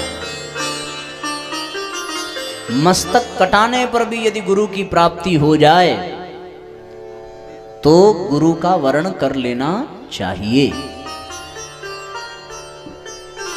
गुरु की महिमा का बखान शब्दों में नहीं कहा जा सकता। ये गूंगे को मिले गुड़ के समान है। जिसे गुरु की कृपा मिल जाती है वो भी नहीं बता सकता कि गुरु की क्या महिमा है। गुरु की महिमा शब्दों का विषय नहीं है। गुरु को भगवान से भी बढ़कर के माना गया है। और भगवान ने खुद नवधा भक्ति में कहा है कि मोते संत अधिक कर लेखा। संत को मुझसे बढ़कर के जानना, क्योंकि वो संत ही मेरा परिचय कराता है, मेरा दिग्दर्शन कराता है। भगवान तो पात्र कुपात्र पर विचार करते हैं, पर गुरु कभी पात्रता का भी विचार नहीं करता। हम जैसे हैं वैसे ही गुरु की शरण में पहुंचें, गुरु हमें पात्र बना देता है। गुरुदेव साक्षात पारस हैं, जो किसी भी अनगढ़ लोहे को स्पर्श कर दें वो लोहा सोना बन जाता है। इसलिए साथियों, जीवन में गुरु का वर्ण करना चाहिए। आज हमारे समाज में गुरु शिष्य परंपरा समाप्त सी हो गई है। बच्चा जब अपने माँ बाप के संरक्षण में रहता है तो उसके साथ शुभ हो, लाभ हो, शोक हो, हर्ष हो, जो हो, सुख हो, दुख हो, उन सब की जिम्मेवारी केवल और केवल माता पिता की होती है। पर वही बच्चा जब बड़ा हो जाए और उसके साथ कुछ भी हो तो उसकी जिम्मेदारी का जिम्मेदार वो खुद होता है। हम बचपन में माँ बाप के संरक्षण में थे, पर हम जवानी में माँ बाप के संरक्षण में रहे नहीं, इसलिए हम परेशान, हम जिम्मेदार। तब भगवान कहते हैं कि भैया अब तुम जवान हो गए तो ठीक है, माँ बाप से भी बड़े हो जाओ, माँ बाप से भी ऊपर हो जाओ, लेकिन अब तुम्हें संरक्षण की आवश्यकता है गुरु की। जब जीवन में गुरु आ जाता है तो आपके सुख दुख, लाभ हानि, शोक हर्ष, लाभ जय पराजय सब की जिम्मेदारी गुरु की होती है। फिर आपको कोई समस्या नहीं होती। आपके साथ कुछ भी हो उसका जिम्मेदार आपके गुरु हैं। जब गुरु किसी को अपना शिष्य बनाता है तो जन्म जन्मांतरों के पाप पुण्य प्रारब्ध संस्कार सब शिष्य का वो अपने ऊपर ले लेता है। ये गुरु की महिमा है। मां बाप का साथ एक जन्म तक केवल है, पर गुरु का साथ तब तक है जब तक वो आपको मुक्ति न दिला दे। पूज्य गुरुदेव ने कहा कि हमें तब तक मुक्ति नहीं चाहिए जब तक हमारे सभी बच्चों को मुक्ति न मिल जाए, मोक्ष न मिल जाए। इसलिए साथियों, जीवन में गुरु का वर्ण करना अत्यंत आवश्यक है। हम अपनी समस्या किससे कहेंगे? अगर कोई अपना ना हो तो हम जिस तिस से कहेंगे, और जिस जिस से कहेंगे वो केवल हमारे जले पर नमक छिड़कने का ही कार्य करेगा। एक और बात, किसी विचारक ने कहा कि अपने घाव सबको मत दिखाया करो, क्योंकि मरहम सबके घर में हो यह आवश्यक नहीं, पर नमक सबके घर में होता है। मरहम लगाने वाले कोई बिरले ही मिलेंगे, नमक छिड़कने वाले बहुत मिल जाएंगे। इसलिए जीवन में इसलिए गुरु होना चाहिए कि आपके घाव पर मरहम कोई लगाने वाला हो। सब नमक छिड़केंगे, पर गुरु जो है, पूज्य गुरुदेव ने एक कविता लिखी है कि हम तुम्हारे घाव धो धो मरहम लगाऊंगा। जब कभी आर्त स्वर में तुम हमें पुकारोगे, तब मैं सब कुछ छोड़कर तुम्हारे पास दौड़ कर आऊंगा और तुम्हारे घाव धो धो उस पर मरहम लगाऊंगा। साथियों, यह सौभाग्य का विषय है कि संसार में कभी कभार भगवान खुद गुरु बनकर के आता है, और ऐसा एक युग में एक ही बार होता है, बार बार नहीं होता। भगवान त्रेता में गुरु बनकर के आए। यह विषय इतना सटीक है कि अभी तक इससे अच्छा विषय नहीं मिला, इसलिए मैं इसे बार बार कहता हूं। त्रेता में जब भगवान गुरु बनकर के आए तो उन्होंने गिनो चुनों को शिष्य बनाया। पता है ना किस रूप में आए भगवान? जय जय जय हनुमान गोसाई,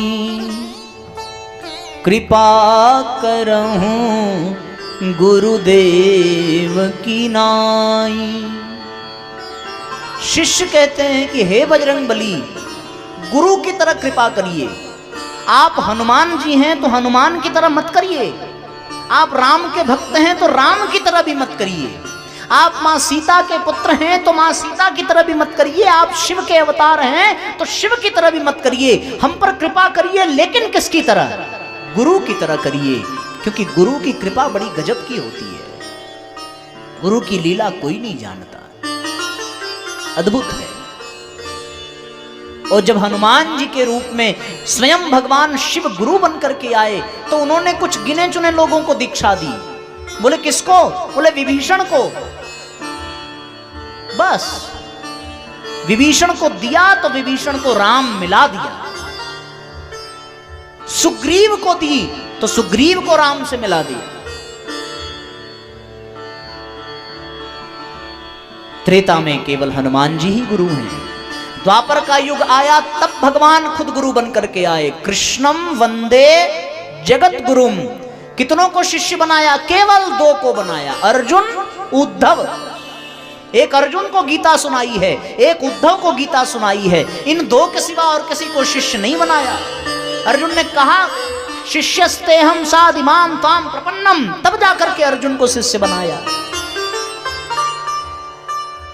पर जब कलिकाल प्रारंभ हुआ और फिर भगवान का अवतार हुआ परम पूज्य गुरुदेव के रूप में, तो किसी शिष्य ने की होगी शिकायत कि भगवान आप आते हैं तो केवल 2-4 को ही शिष्य बनाते हैं, बाकी का क्या होगा? तब गुरुदेव ने आश्वासन दिया, निश्चिंत रहो, अब की बार जब आएंगे जो चाहे वो हमारा शिष्य बन सकता है, जो चाहे वो हमसे दीक्षा ले सकता है।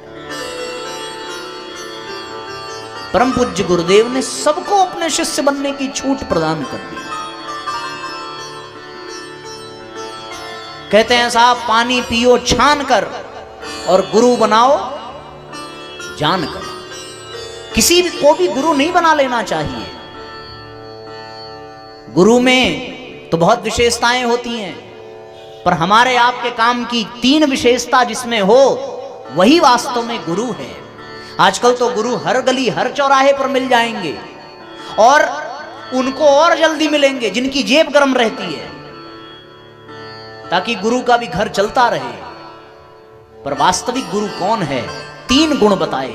पहला, श्रेष्ठ गुरु वो है जो खुद एक श्रेष्ठ शिष्य हो, तभी वो गुरु बन पाएगा, है ना?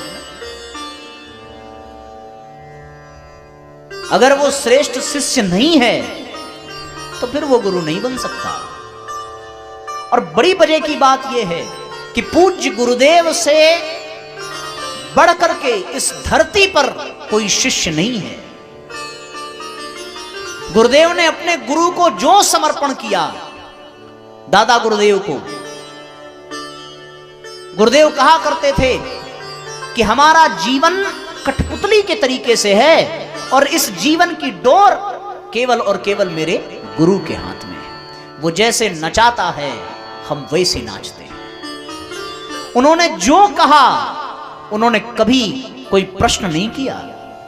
उन्होंने कह दिया कि आज से तुम्हें कुछ भी नहीं खाना है, केवल छाछ पीना है और जौ की रोटी खानी है। दादा गुरुदेव ने गुरुजी से कहा, बोले कब तक? बोले 26 वर्षों तक। दिया तो समय 24 था, पर स्वतंत्रता संग्राम की लड़ाई के कारण 2-3 बार जेल जाना पड़ा, इसलिए गुरुजी ने 2 साल अपनी साधना बढ़ाई। 24 साल तक केवल छाछ और जौ की रोटी खा करके गुरुदेव ने जीवन यापन किया। एक ही समय भोजन करते थे। आप कल्पना करो, ये संभव है? इतनी कठोर साधना आहार को लेकर के आज तक शायद ही किसी ने की होगी।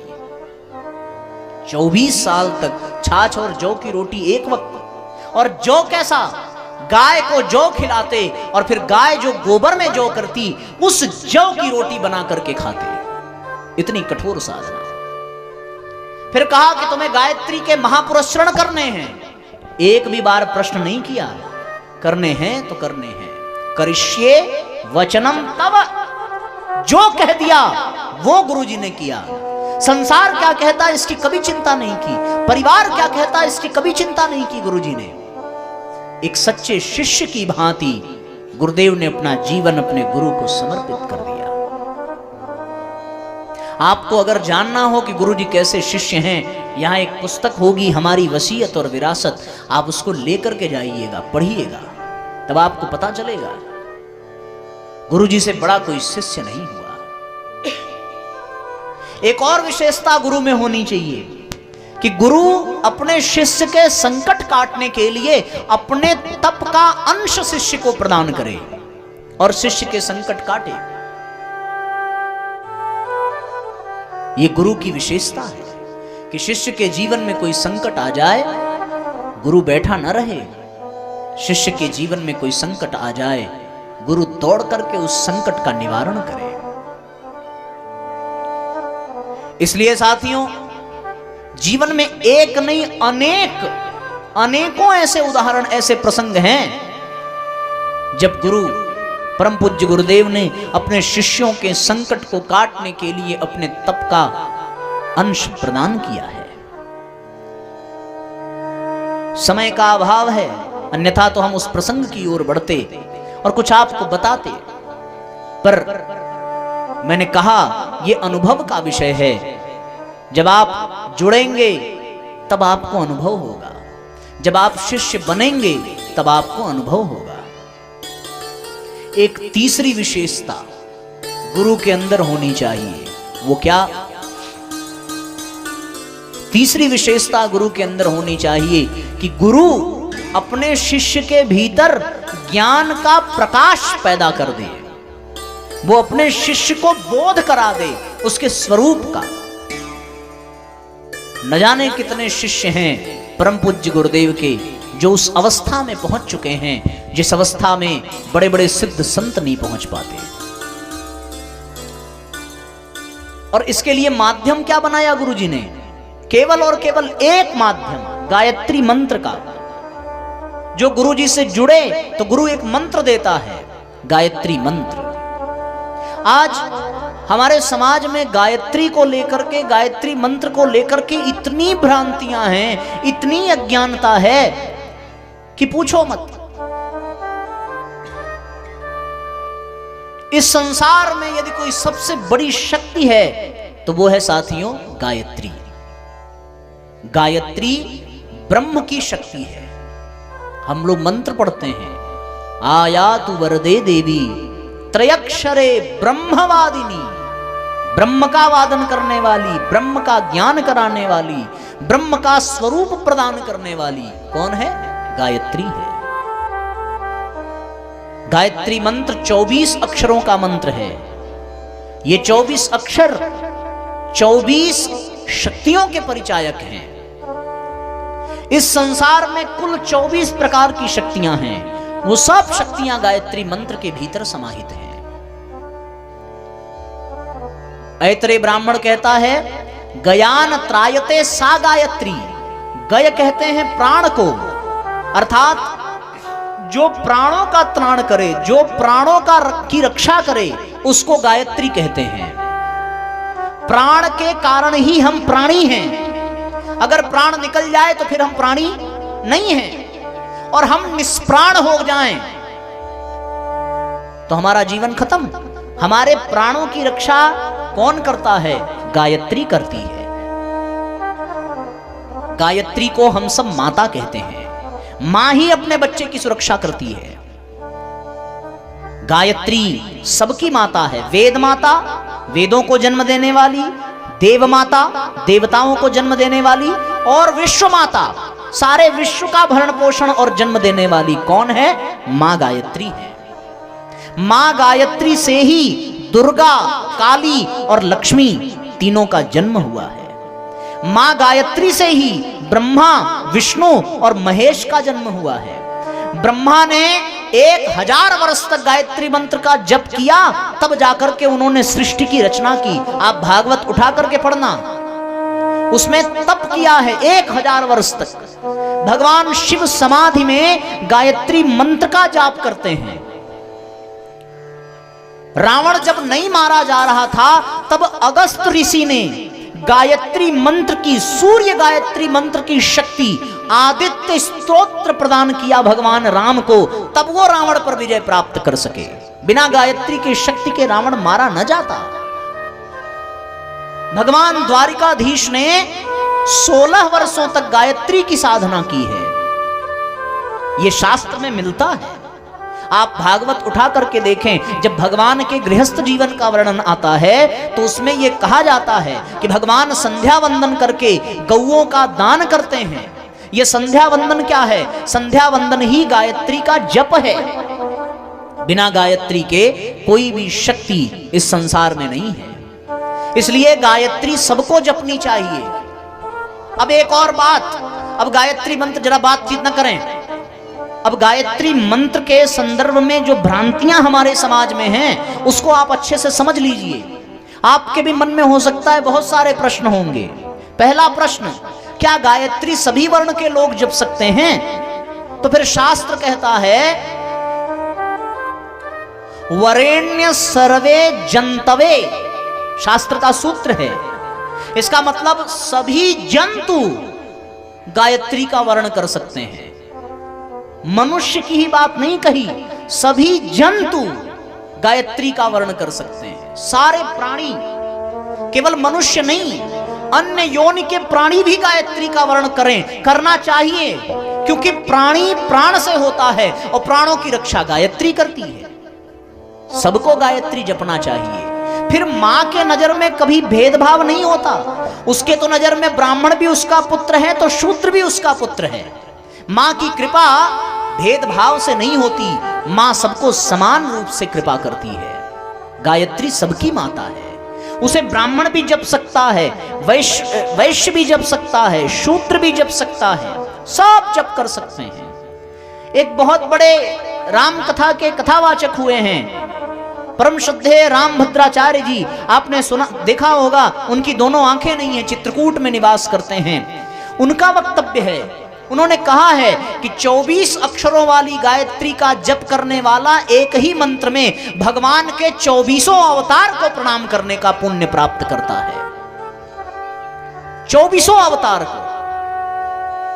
अगर आप एक भगवान का नाम लें तो केवल एक अवतार, पर 24 अक्षर का गायत्री मंत्र पढ़ें तो 24 अवतार को एक ही मंत्र में प्रणाम करने का पुण्य आपको मिल जाएगा। एक बहुत बड़ी बात है ये। और साथियों, गायत्री मंत्र सब कर सकते हैं। फिर एक प्रश्न आता है कि क्या स्त्रियां गायत्री मंत्र का जप कर सकती हैं? अब ये प्रश्न पैदा करने वाला ही इस प्रश्न का उत्तर दे रहा है। क्या स्त्रियां गायत्री जप सकती हैं? अब मेरा प्रश्न यह है कि गायत्री स्वयं स्त्री है अथवा पुरुष? क्या स्त्रियां पुरुषों को जपेंगी या स्त्रियां स्त्रियों को जपेंगी? मर्यादा क्या कहती है? अगर सभी स्त्रियां पुत्री हैं और गायत्री माता है, तो फिर क्या स्त्रियों को, क्या पुत्रियों को मां से प्रेम करने, स्नेह करने का अधिकार नहीं है? कहते हैं साहब स्त्रियां अशुद्ध हैं, और फिर पुरुष शुद्ध कैसे हो गए? क्योंकि हर पुरुष का जन्म बिना स्त्री के संभव ही नहीं है। जब स्त्रियां अशुद्ध हैं तो पुरुष कहां से शुद्ध हुए? क्योंकि पुरुष तो स्त्रियों के गर्भ में ही निवास करके आए। बल्कि यूं कह लें कि पुरुष अधिक अशुद्ध होंगे, क्योंकि 9 महीने स्त्रियों के गर्भ में मलमूत्र के बीच में जीव का निवास होता है। अब इतना अशुद्ध होकर यदि पुरुष गायत्री जप सकता है तो फिर स्त्रियां क्यों नहीं? गायत्री स्वयं स्त्री है, और स्त्री की आराधना स्त्री न करे, इससे बड़ी मूर्खता और क्या होगी? क्या स्त्री की आराधना पुरुष करेंगे? स्त्री की आराधना का माता के ऊपर सबसे पहले पुत्री का अधिकार है, पुत्र का अधिकार बाद में होता है। पुत्र का अधिकार पिता की संपत्ति पर है, पर माता के स्नेह पर पुत्री का अधिकार होता है। इसलिए साथियों, स्त्रियों को सबसे पहले गायत्री जपने का अधिकार है। निस्संदेह स्त्रियां गायत्री मंत्र का जप कर सकती हैं। किसी भी वर्ण का कर सकता है, किसी भी योनि का प्राणी कर सकता है। अब एक और प्रश्न आता है कि क्या यज्ञोपवीत धारण करने वाला ही गायत्री मंत्र का जप कर सकता है? यज्ञोपवीत धारण करने का आशय क्या है? जब हम दीक्षा लेते हैं तब दीक्षा में हमें गुरु यज्ञोपवीत प्रदान करता है। यज्ञोपवीत गायत्री की प्रतिमा है। गायत्री की प्रतिमा कहा गया है यज्ञोपवीत को। हर देवताओं के एक साकार रूप होते हैं और एक निराकार रूप होते हैं। भगवान शिव को शिवलिंग के रूप में भी पूजते हैं और भगवान शिव को शिव की प्रतिमा के रूप में भी पूजते हैं। भगवान श्री हरि के साकार रूप का भी पूजन है और निराकार रूप में शालिग्राम के रूप में भगवान की पूजा होती है। उसी प्रकार गायत्री का साकार रूप माता के रूप में है और गायत्री का निराकार रूप यज्ञोपवीत के रूप में है। आप देखें यज्ञोपवीत में 3 धागे हैं। ये 3 धागे ही त्रिपदा गायत्री के परिचायक हैं और उन हर धागों में 3-3 धागे मिलकर के एक धागे बनते हैं। 3 चरण हैं गायत्री मंत्र के और 9 शब्द हैं गायत्री मंत्र के। तो 3-3 धागों से मिलकर के 3 धागों का जनेऊ जब बनता है तो उसमें कुल 9 धागे होते हैं। ये 9 धागे गायत्री मंत्र के 9 शब्द हैं और वो 3 चरण वाली गायत्री के 3 धागों का हम लोग यज्ञोपवीत में देखते हैं। और फिर गायत्री मंत्र में 3 व्याहृतियां हैं, भूर्भुवः स्वः। और यज्ञोपवीत में आप देखेंगे कि ऊपर 3 गांठें हैं, वो 3 गांठें ही भूर्भुवः स्वः हैं। उन 3 गांठों के ऊपर भी एक गांठ होती है जिसको हम लोग क्या कहते हैं? ओम कहते हैं। वो प्रणव है। तस्य वाचकः प्रणवः, परमात्मा का नाम है ओम। वह ओम 3 व्याहृतियों यानी भूर्भुवः स्वः, धरती आकाश पाताल उसको कह लीजिए, ब्रह्मा विष्णु महेश कह लीजिए, स्वर्ग लोक पृथ्वी लोक, पाताल लोक कह लीजिए, जो कहना हो कह लीजिए, लक्ष्मी, काली, दुर्गा कह लीजिए, सरस्वती कह लीजिए, यानी 3 ही प्रकार की शक्तियां हैं जो ओम से निकली हैं। उन 3 शक्तियों का परिचायक भूर्भुवः स्वः है, और उन तीनों शक्तियों का जो विस्तार है वो तीनों लोकों में है। और वो गायत्री मंत्र के 9 शब्द ही 9 धागे हैं यज्ञोपवीत के। तो गायत्री जो है वो निराकार रूप में यदि पूजी जाए तो यज्ञोपवीत है। अब यज्ञोपवीत को हम अपने कंधे पर धारण करते हैं, हृदय में धारण करते हैं और अपनी पीठ पर धारण करते हैं। यानी यज्ञोपवीत को धारण करने से हमारे कंधे पर, हमारे हृदय में और हमारी पीठ पर मां गायत्री का वास हो जाता है, इसलिए यज्ञोपवीत धारण किया जाता है। अब लोग ये कहते हैं क्या यज्ञोपवीत बिना धारण किए हम गायत्री जप सकते हैं? मर्यादा ये कहती है कि यज्ञोपवीत धारण करके गायत्री मंत्र का जाप किया जाए। लेकिन अब मैं आपसे एक प्रश्न पूछता हूं कि क्या मंगल सूत्र और सिंदूर धारण करने के बाद ही पति का वरण हो सकता है? तो आप कहेंगे साहब सिंदूर धारण करना जरूरी है, मंगल सूत्र धारण करना जरूरी है, क्या उसके पहले वो पति पत्नी नहीं हो सकते? तो शास्त्र कहता है, समाज कहता है कि उसके पहले नहीं हो सकते। इसलिए यज्ञोपवीत धारण कर लेने के बाद समाज में आप प्रमाणित हो जाते हैं कि आप गायत्री जप सकते हैं। लेकिन आज का जो परिवेश है, अब उसके अनुसार बात करें। आज का परिवेश ये है कि आज एक प्रचलन हो गया है रिंग सेरेमनी का, एक प्रचलन हो गया है इंगेजमेंट का।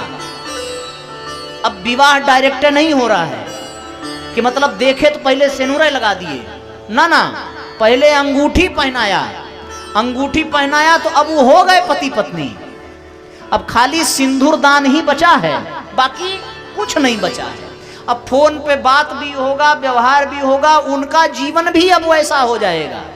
भले वो ससुराल नहीं गई, भले वो शादी नहीं किए, लेकिन रिंग सेरेमनी हुआ तो दुनिया जान लेती है कि ये हो गई इनकी और वो हो गए उनके। ठीक, अभी मंगलसूत्र नहीं पड़ा, अभी सिंदूर नहीं पड़ा, लेकिन समाज में ये बात फैल गई कि भैया ये इनका जो अब सगाई हो गई। तो पहले खाली शादी थी, अब हो गई सगाई। इसी प्रकार पहले जब खाली शादी थी तब यज्ञोपवीत पहनकर ही जपना अनिवार्य था, लेकिन अब हो गई सगाई। अब क्या हो गई? अब हो गई सगाई। तो अब बिना यज्ञोपवीत पहने भी जपा जा सकता है। बोले फिर कैसे? बोले किसी भी पूजा क्रम में जाइए और गायत्री मंत्र को सुन लीजिए, सुनना ही रिंग सेरेमनी हो गया। जैसे वहां अंगूठी पहनाया गया वैसे कान में गायत्री मंत्र घुसाया गया। अब आपको गायत्री मंत्र हो गया याद, अब उसको पढ़ना प्रारंभ कर दीजिए। अब उस अंगूठी की मर्यादा वो निभाती रही तो एक दिन सिंदूर भी मिल गया और ससुराल भी चली गई। तो आज अगर वो गायत्री मंत्र पढ़ना प्रारंभ कर दे, जपना प्रारंभ कर दे, तो एक दिन उसे यज्ञोपवीत भी मिल जाएगा, गुरु की कृपा भी मिल जाएगी और बात बन जाएगी, हो जाएगा विवाह। तो समय और परिस्थिति के हिसाब से अनुशासन और नियम जाता है बदल, और उस बदले हुए अनुशासन को ही स्वीकार करने में है बुद्धिमानी। अब आप करिए विवाह तय और कहिए कि हम नहीं करेंगे रिंग सेरेमनी, हम नहीं करेंगे एंगेजमेंट, तो लड़के वालों का मुंह फूल के टुम्मा हो जाएगा। पता नहीं कैसा परिवार है, जब रिंग सेरेमनी नहीं करेंगे तो हम नहीं करेंगे, ब्याह नहीं होगा। अब विवाह हो रहा है तो भी तमाम तरह का नियम हो गया। कहा भैया अमर जी हुआ था आपो में डायरेक्ट शादी कि कुछ हुआ था उसके पहले तिलक बरच्छा कुछ तो हुआ होगा? हाँ, तो ये सब रिंग सेरेमनी है ना भाई। बरच्छा का मतलब क्या हो गया? पहले लड़की वाले आएंगे, फिर लड़के वाले आएंगे, फिर इधर से फिर उधर से, तब ना शादी होता है। तो डायरेक्ट जनेऊए मिल जाए ना, ना डायरेक्ट वाला काम नहीं। पहले रिंग सेरेमनी, पहले 1-8 साल करके छोड़ दिया गया बरच्छा कि अभी थोड़ा और तौल लिया जाए, साल भर और रुक करके, घबराने न पाए, और तनिको लक्षण खराब दिखा तो बरच्छा कैंसिल। ठीक, इसीलिए तिलक 5-7 दिन पहले होता था, तिलक चढ़ गया तब शादी। तो उसी प्रकार पहले बिना जनेऊ के गायत्री जपिए, और जपते जपते जब जपने का अभ्यास हो जाए और गायत्री मंत्र की मर्यादा समझ में आ जाए, तब सिंदूर दान माने तब यज्ञोपवीत धारण। ये परंपरा हमारे ऋषियों ने हमें प्रदान की थी। इसलिए आप बिना यज्ञोपवीत धारण किए भी गायत्री मंत्र जप सकते हैं। इस बात का हम पूरे होश हवास में ऐलान करते हैं, व्यासपीठ से हम शास्त्रीय प्रमाण दे सकते हैं। यज्ञोपवीत यानी अनुशासन, यज्ञोपवीत यानी मर्यादा। पर व्यवहार की दृष्टि से देखिए, जिसको गायत्री मंत्र न याद हो वो क्या बेचारा यज्ञोपवीत धारण करके याद गायत्री मंत्र जपेगा? ठीक ना? तो पहले कन्या को घर में ही पत्नी होने का धर्म बताया जाता था, ससुराल में कैसे रहना है यह सब सिखाया जाता था। यह सब सीखना ही बिना यज्ञोपवीत के गायत्री जपने के बराबर है। व्यवहारिक सूत्र यह कहता है। जब वो गायत्री जपने में परिपक्व हो गई, यानी अब पत्नी बनने के योग्य हो गई, ससुराल जाने के योग्य हो गई, तब सिंदूरदान और तब यज्ञोपवीत धारण, दोनों घटना बराबर है। बात आई समझ में? इतनी सी बात है। तो आप बेहिचक गायत्री जपिए यज्ञोपवीत धारण किए बिना। और यदि आपको गायत्री मंत्र आता हो तो कल सवेरे यहाँ पर होगा दीक्षा संस्कार, और आपको हम निःशुल्क यज्ञोपवीत प्रदान करेंगे। अगर आपको हमारे प्रवचन अच्छे लगे हो, हमारी बात अच्छी लगी हो, तो आप कल सवेरे आइएगा और कल आप यहाँ आकर के दीक्षा संस्कार अपना कराइएगा। सवेरे कल गुरु का वर्ण करने का सौभाग्य आपको मिलेगा। यदि आपने इसके पहले किसी अन्य गुरु से दीक्षा भी ले ली हो तो भी आप फिर से दीक्षा ले सकते हैं, क्योंकि अब यहाँ पति पत्नी वाला सिद्धांत लागू नहीं होगा कि भैया एक जगह ब्याह होगी तो फिर करावत है ना। ना, यहाँ कौन सा सिद्धांत लागू होगा? यहाँ सिद्धांत ये लागू होगा कि अंग्रेजी सिखाने के लिए अंग्रेजी वाला टीचर, गणित सिखाने के लिए गणित वाला टीचर, विज्ञान के लिए विज्ञान वाला टीचर होना चाहिए। अभी तक आपने जिसको गुरु बनाया होगा उन्होंने आपको कुछ सिखाया होगा, और अब आप जब पूज्य गुरुदेव को जीवन में गुरु बनाएंगे तब आपको और भी कुछ सीखने को मिलेगा। गुरु एक नहीं अनेक हो सकते हैं। जब एक गुरु के अनेक शिष्य हो सकते हैं तो एक शिष्य के अनेक गुरु भी हो सकते हैं। यहाँ पति पत्नी वाला सिद्धांत लागू नहीं होगा। अगर पत्नी का एक ही पति तो पति का भी एक ही पत्नी, लेकिन गुरु के यदि अनेक शिष्य तो एक शिष्य के अनेक गुरु भी होने चाहिए। इसमें कोई दिक्कत की बात नहीं है। भगवान राम के 3 गुरु वशिष्ठ, विश्वामित्र, अगस्त्य। भगवान कृष्ण के 3 गुरु गर्ग, सांडिल्य, संदीपनी और दुर्वासा। परम पूज्य गुरुदेव के 3 गुरु गांधी जी, और दूसरे पंडित मदन मोहन मालवीय, और फिर तीसरे सर्वेश्वरानंद जी दादा गुरुदेव। तो भैया गुरु सबके कई हो सकते हैं। एक और प्रश्न, अब दीक्षा के संबंध में और कोई प्रश्न हो तो हाँ, लोग कहते हैं कि फिर हम आज से खाना पीना छोड़ दें। अरे नहीं भैया, खाना पीना आप कैसे छोड़ देंगे? अगर आपको लगता है कि आपको खाना चाहिए तो बिल्कुल खाइए। हम उस खाने की बात कर रहे हैं जिसे लोग खाते तो हैं पर बताने में थोड़ा संकोच करते हैं। हम उस खाने और उस पीने की बात कर रहे हैं। अगर आपको लगता है कि एक मनुष्य होने के नाते आपको अन्य जीवों को खाना चाहिए तो आप बिल्कुल खाइए, उसका संबंध दीक्षा से नहीं है। लेकिन विचार अवश्य कर लीजिए, क्या आज तक आप खाते रहे तो खाना उचित था? मैं समझता हूं कि आपका अपना दिल भी ये मानता होगा कि ये उचित नहीं है। कोई भी व्यक्ति ये दावे के साथ नहीं कह सकता कि हम सही कर रहे हैं। हर खाने मांसाहारी व्यक्ति, हर व्यक्ति ये स्वीकार करता है कि वो गलत कर रहा है। हर शराबी ये स्वीकार करता है कि वो गलत कर रहा है।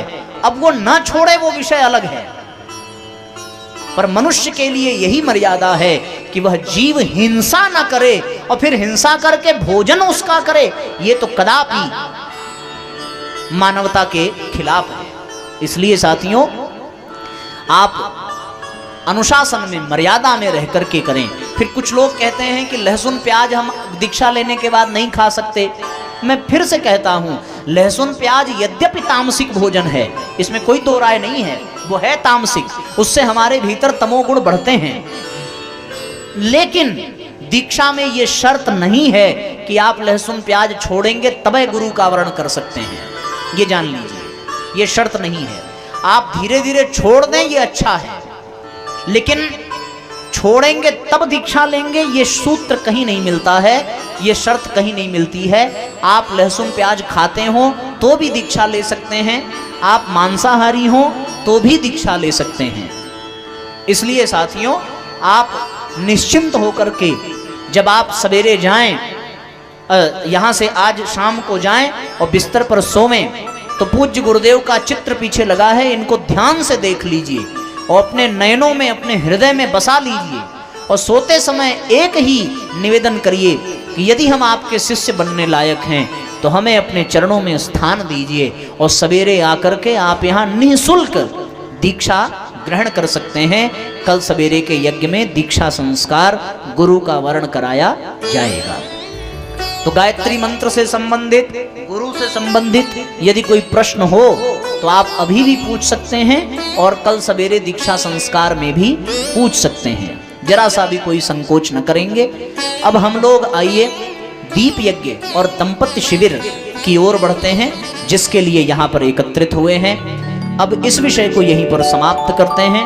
बोलिए परम पूज्य गुरुदेव की जय। बोलिए गायत्री माता की जय। बोलिए वंदनिया माता जी की जय हो।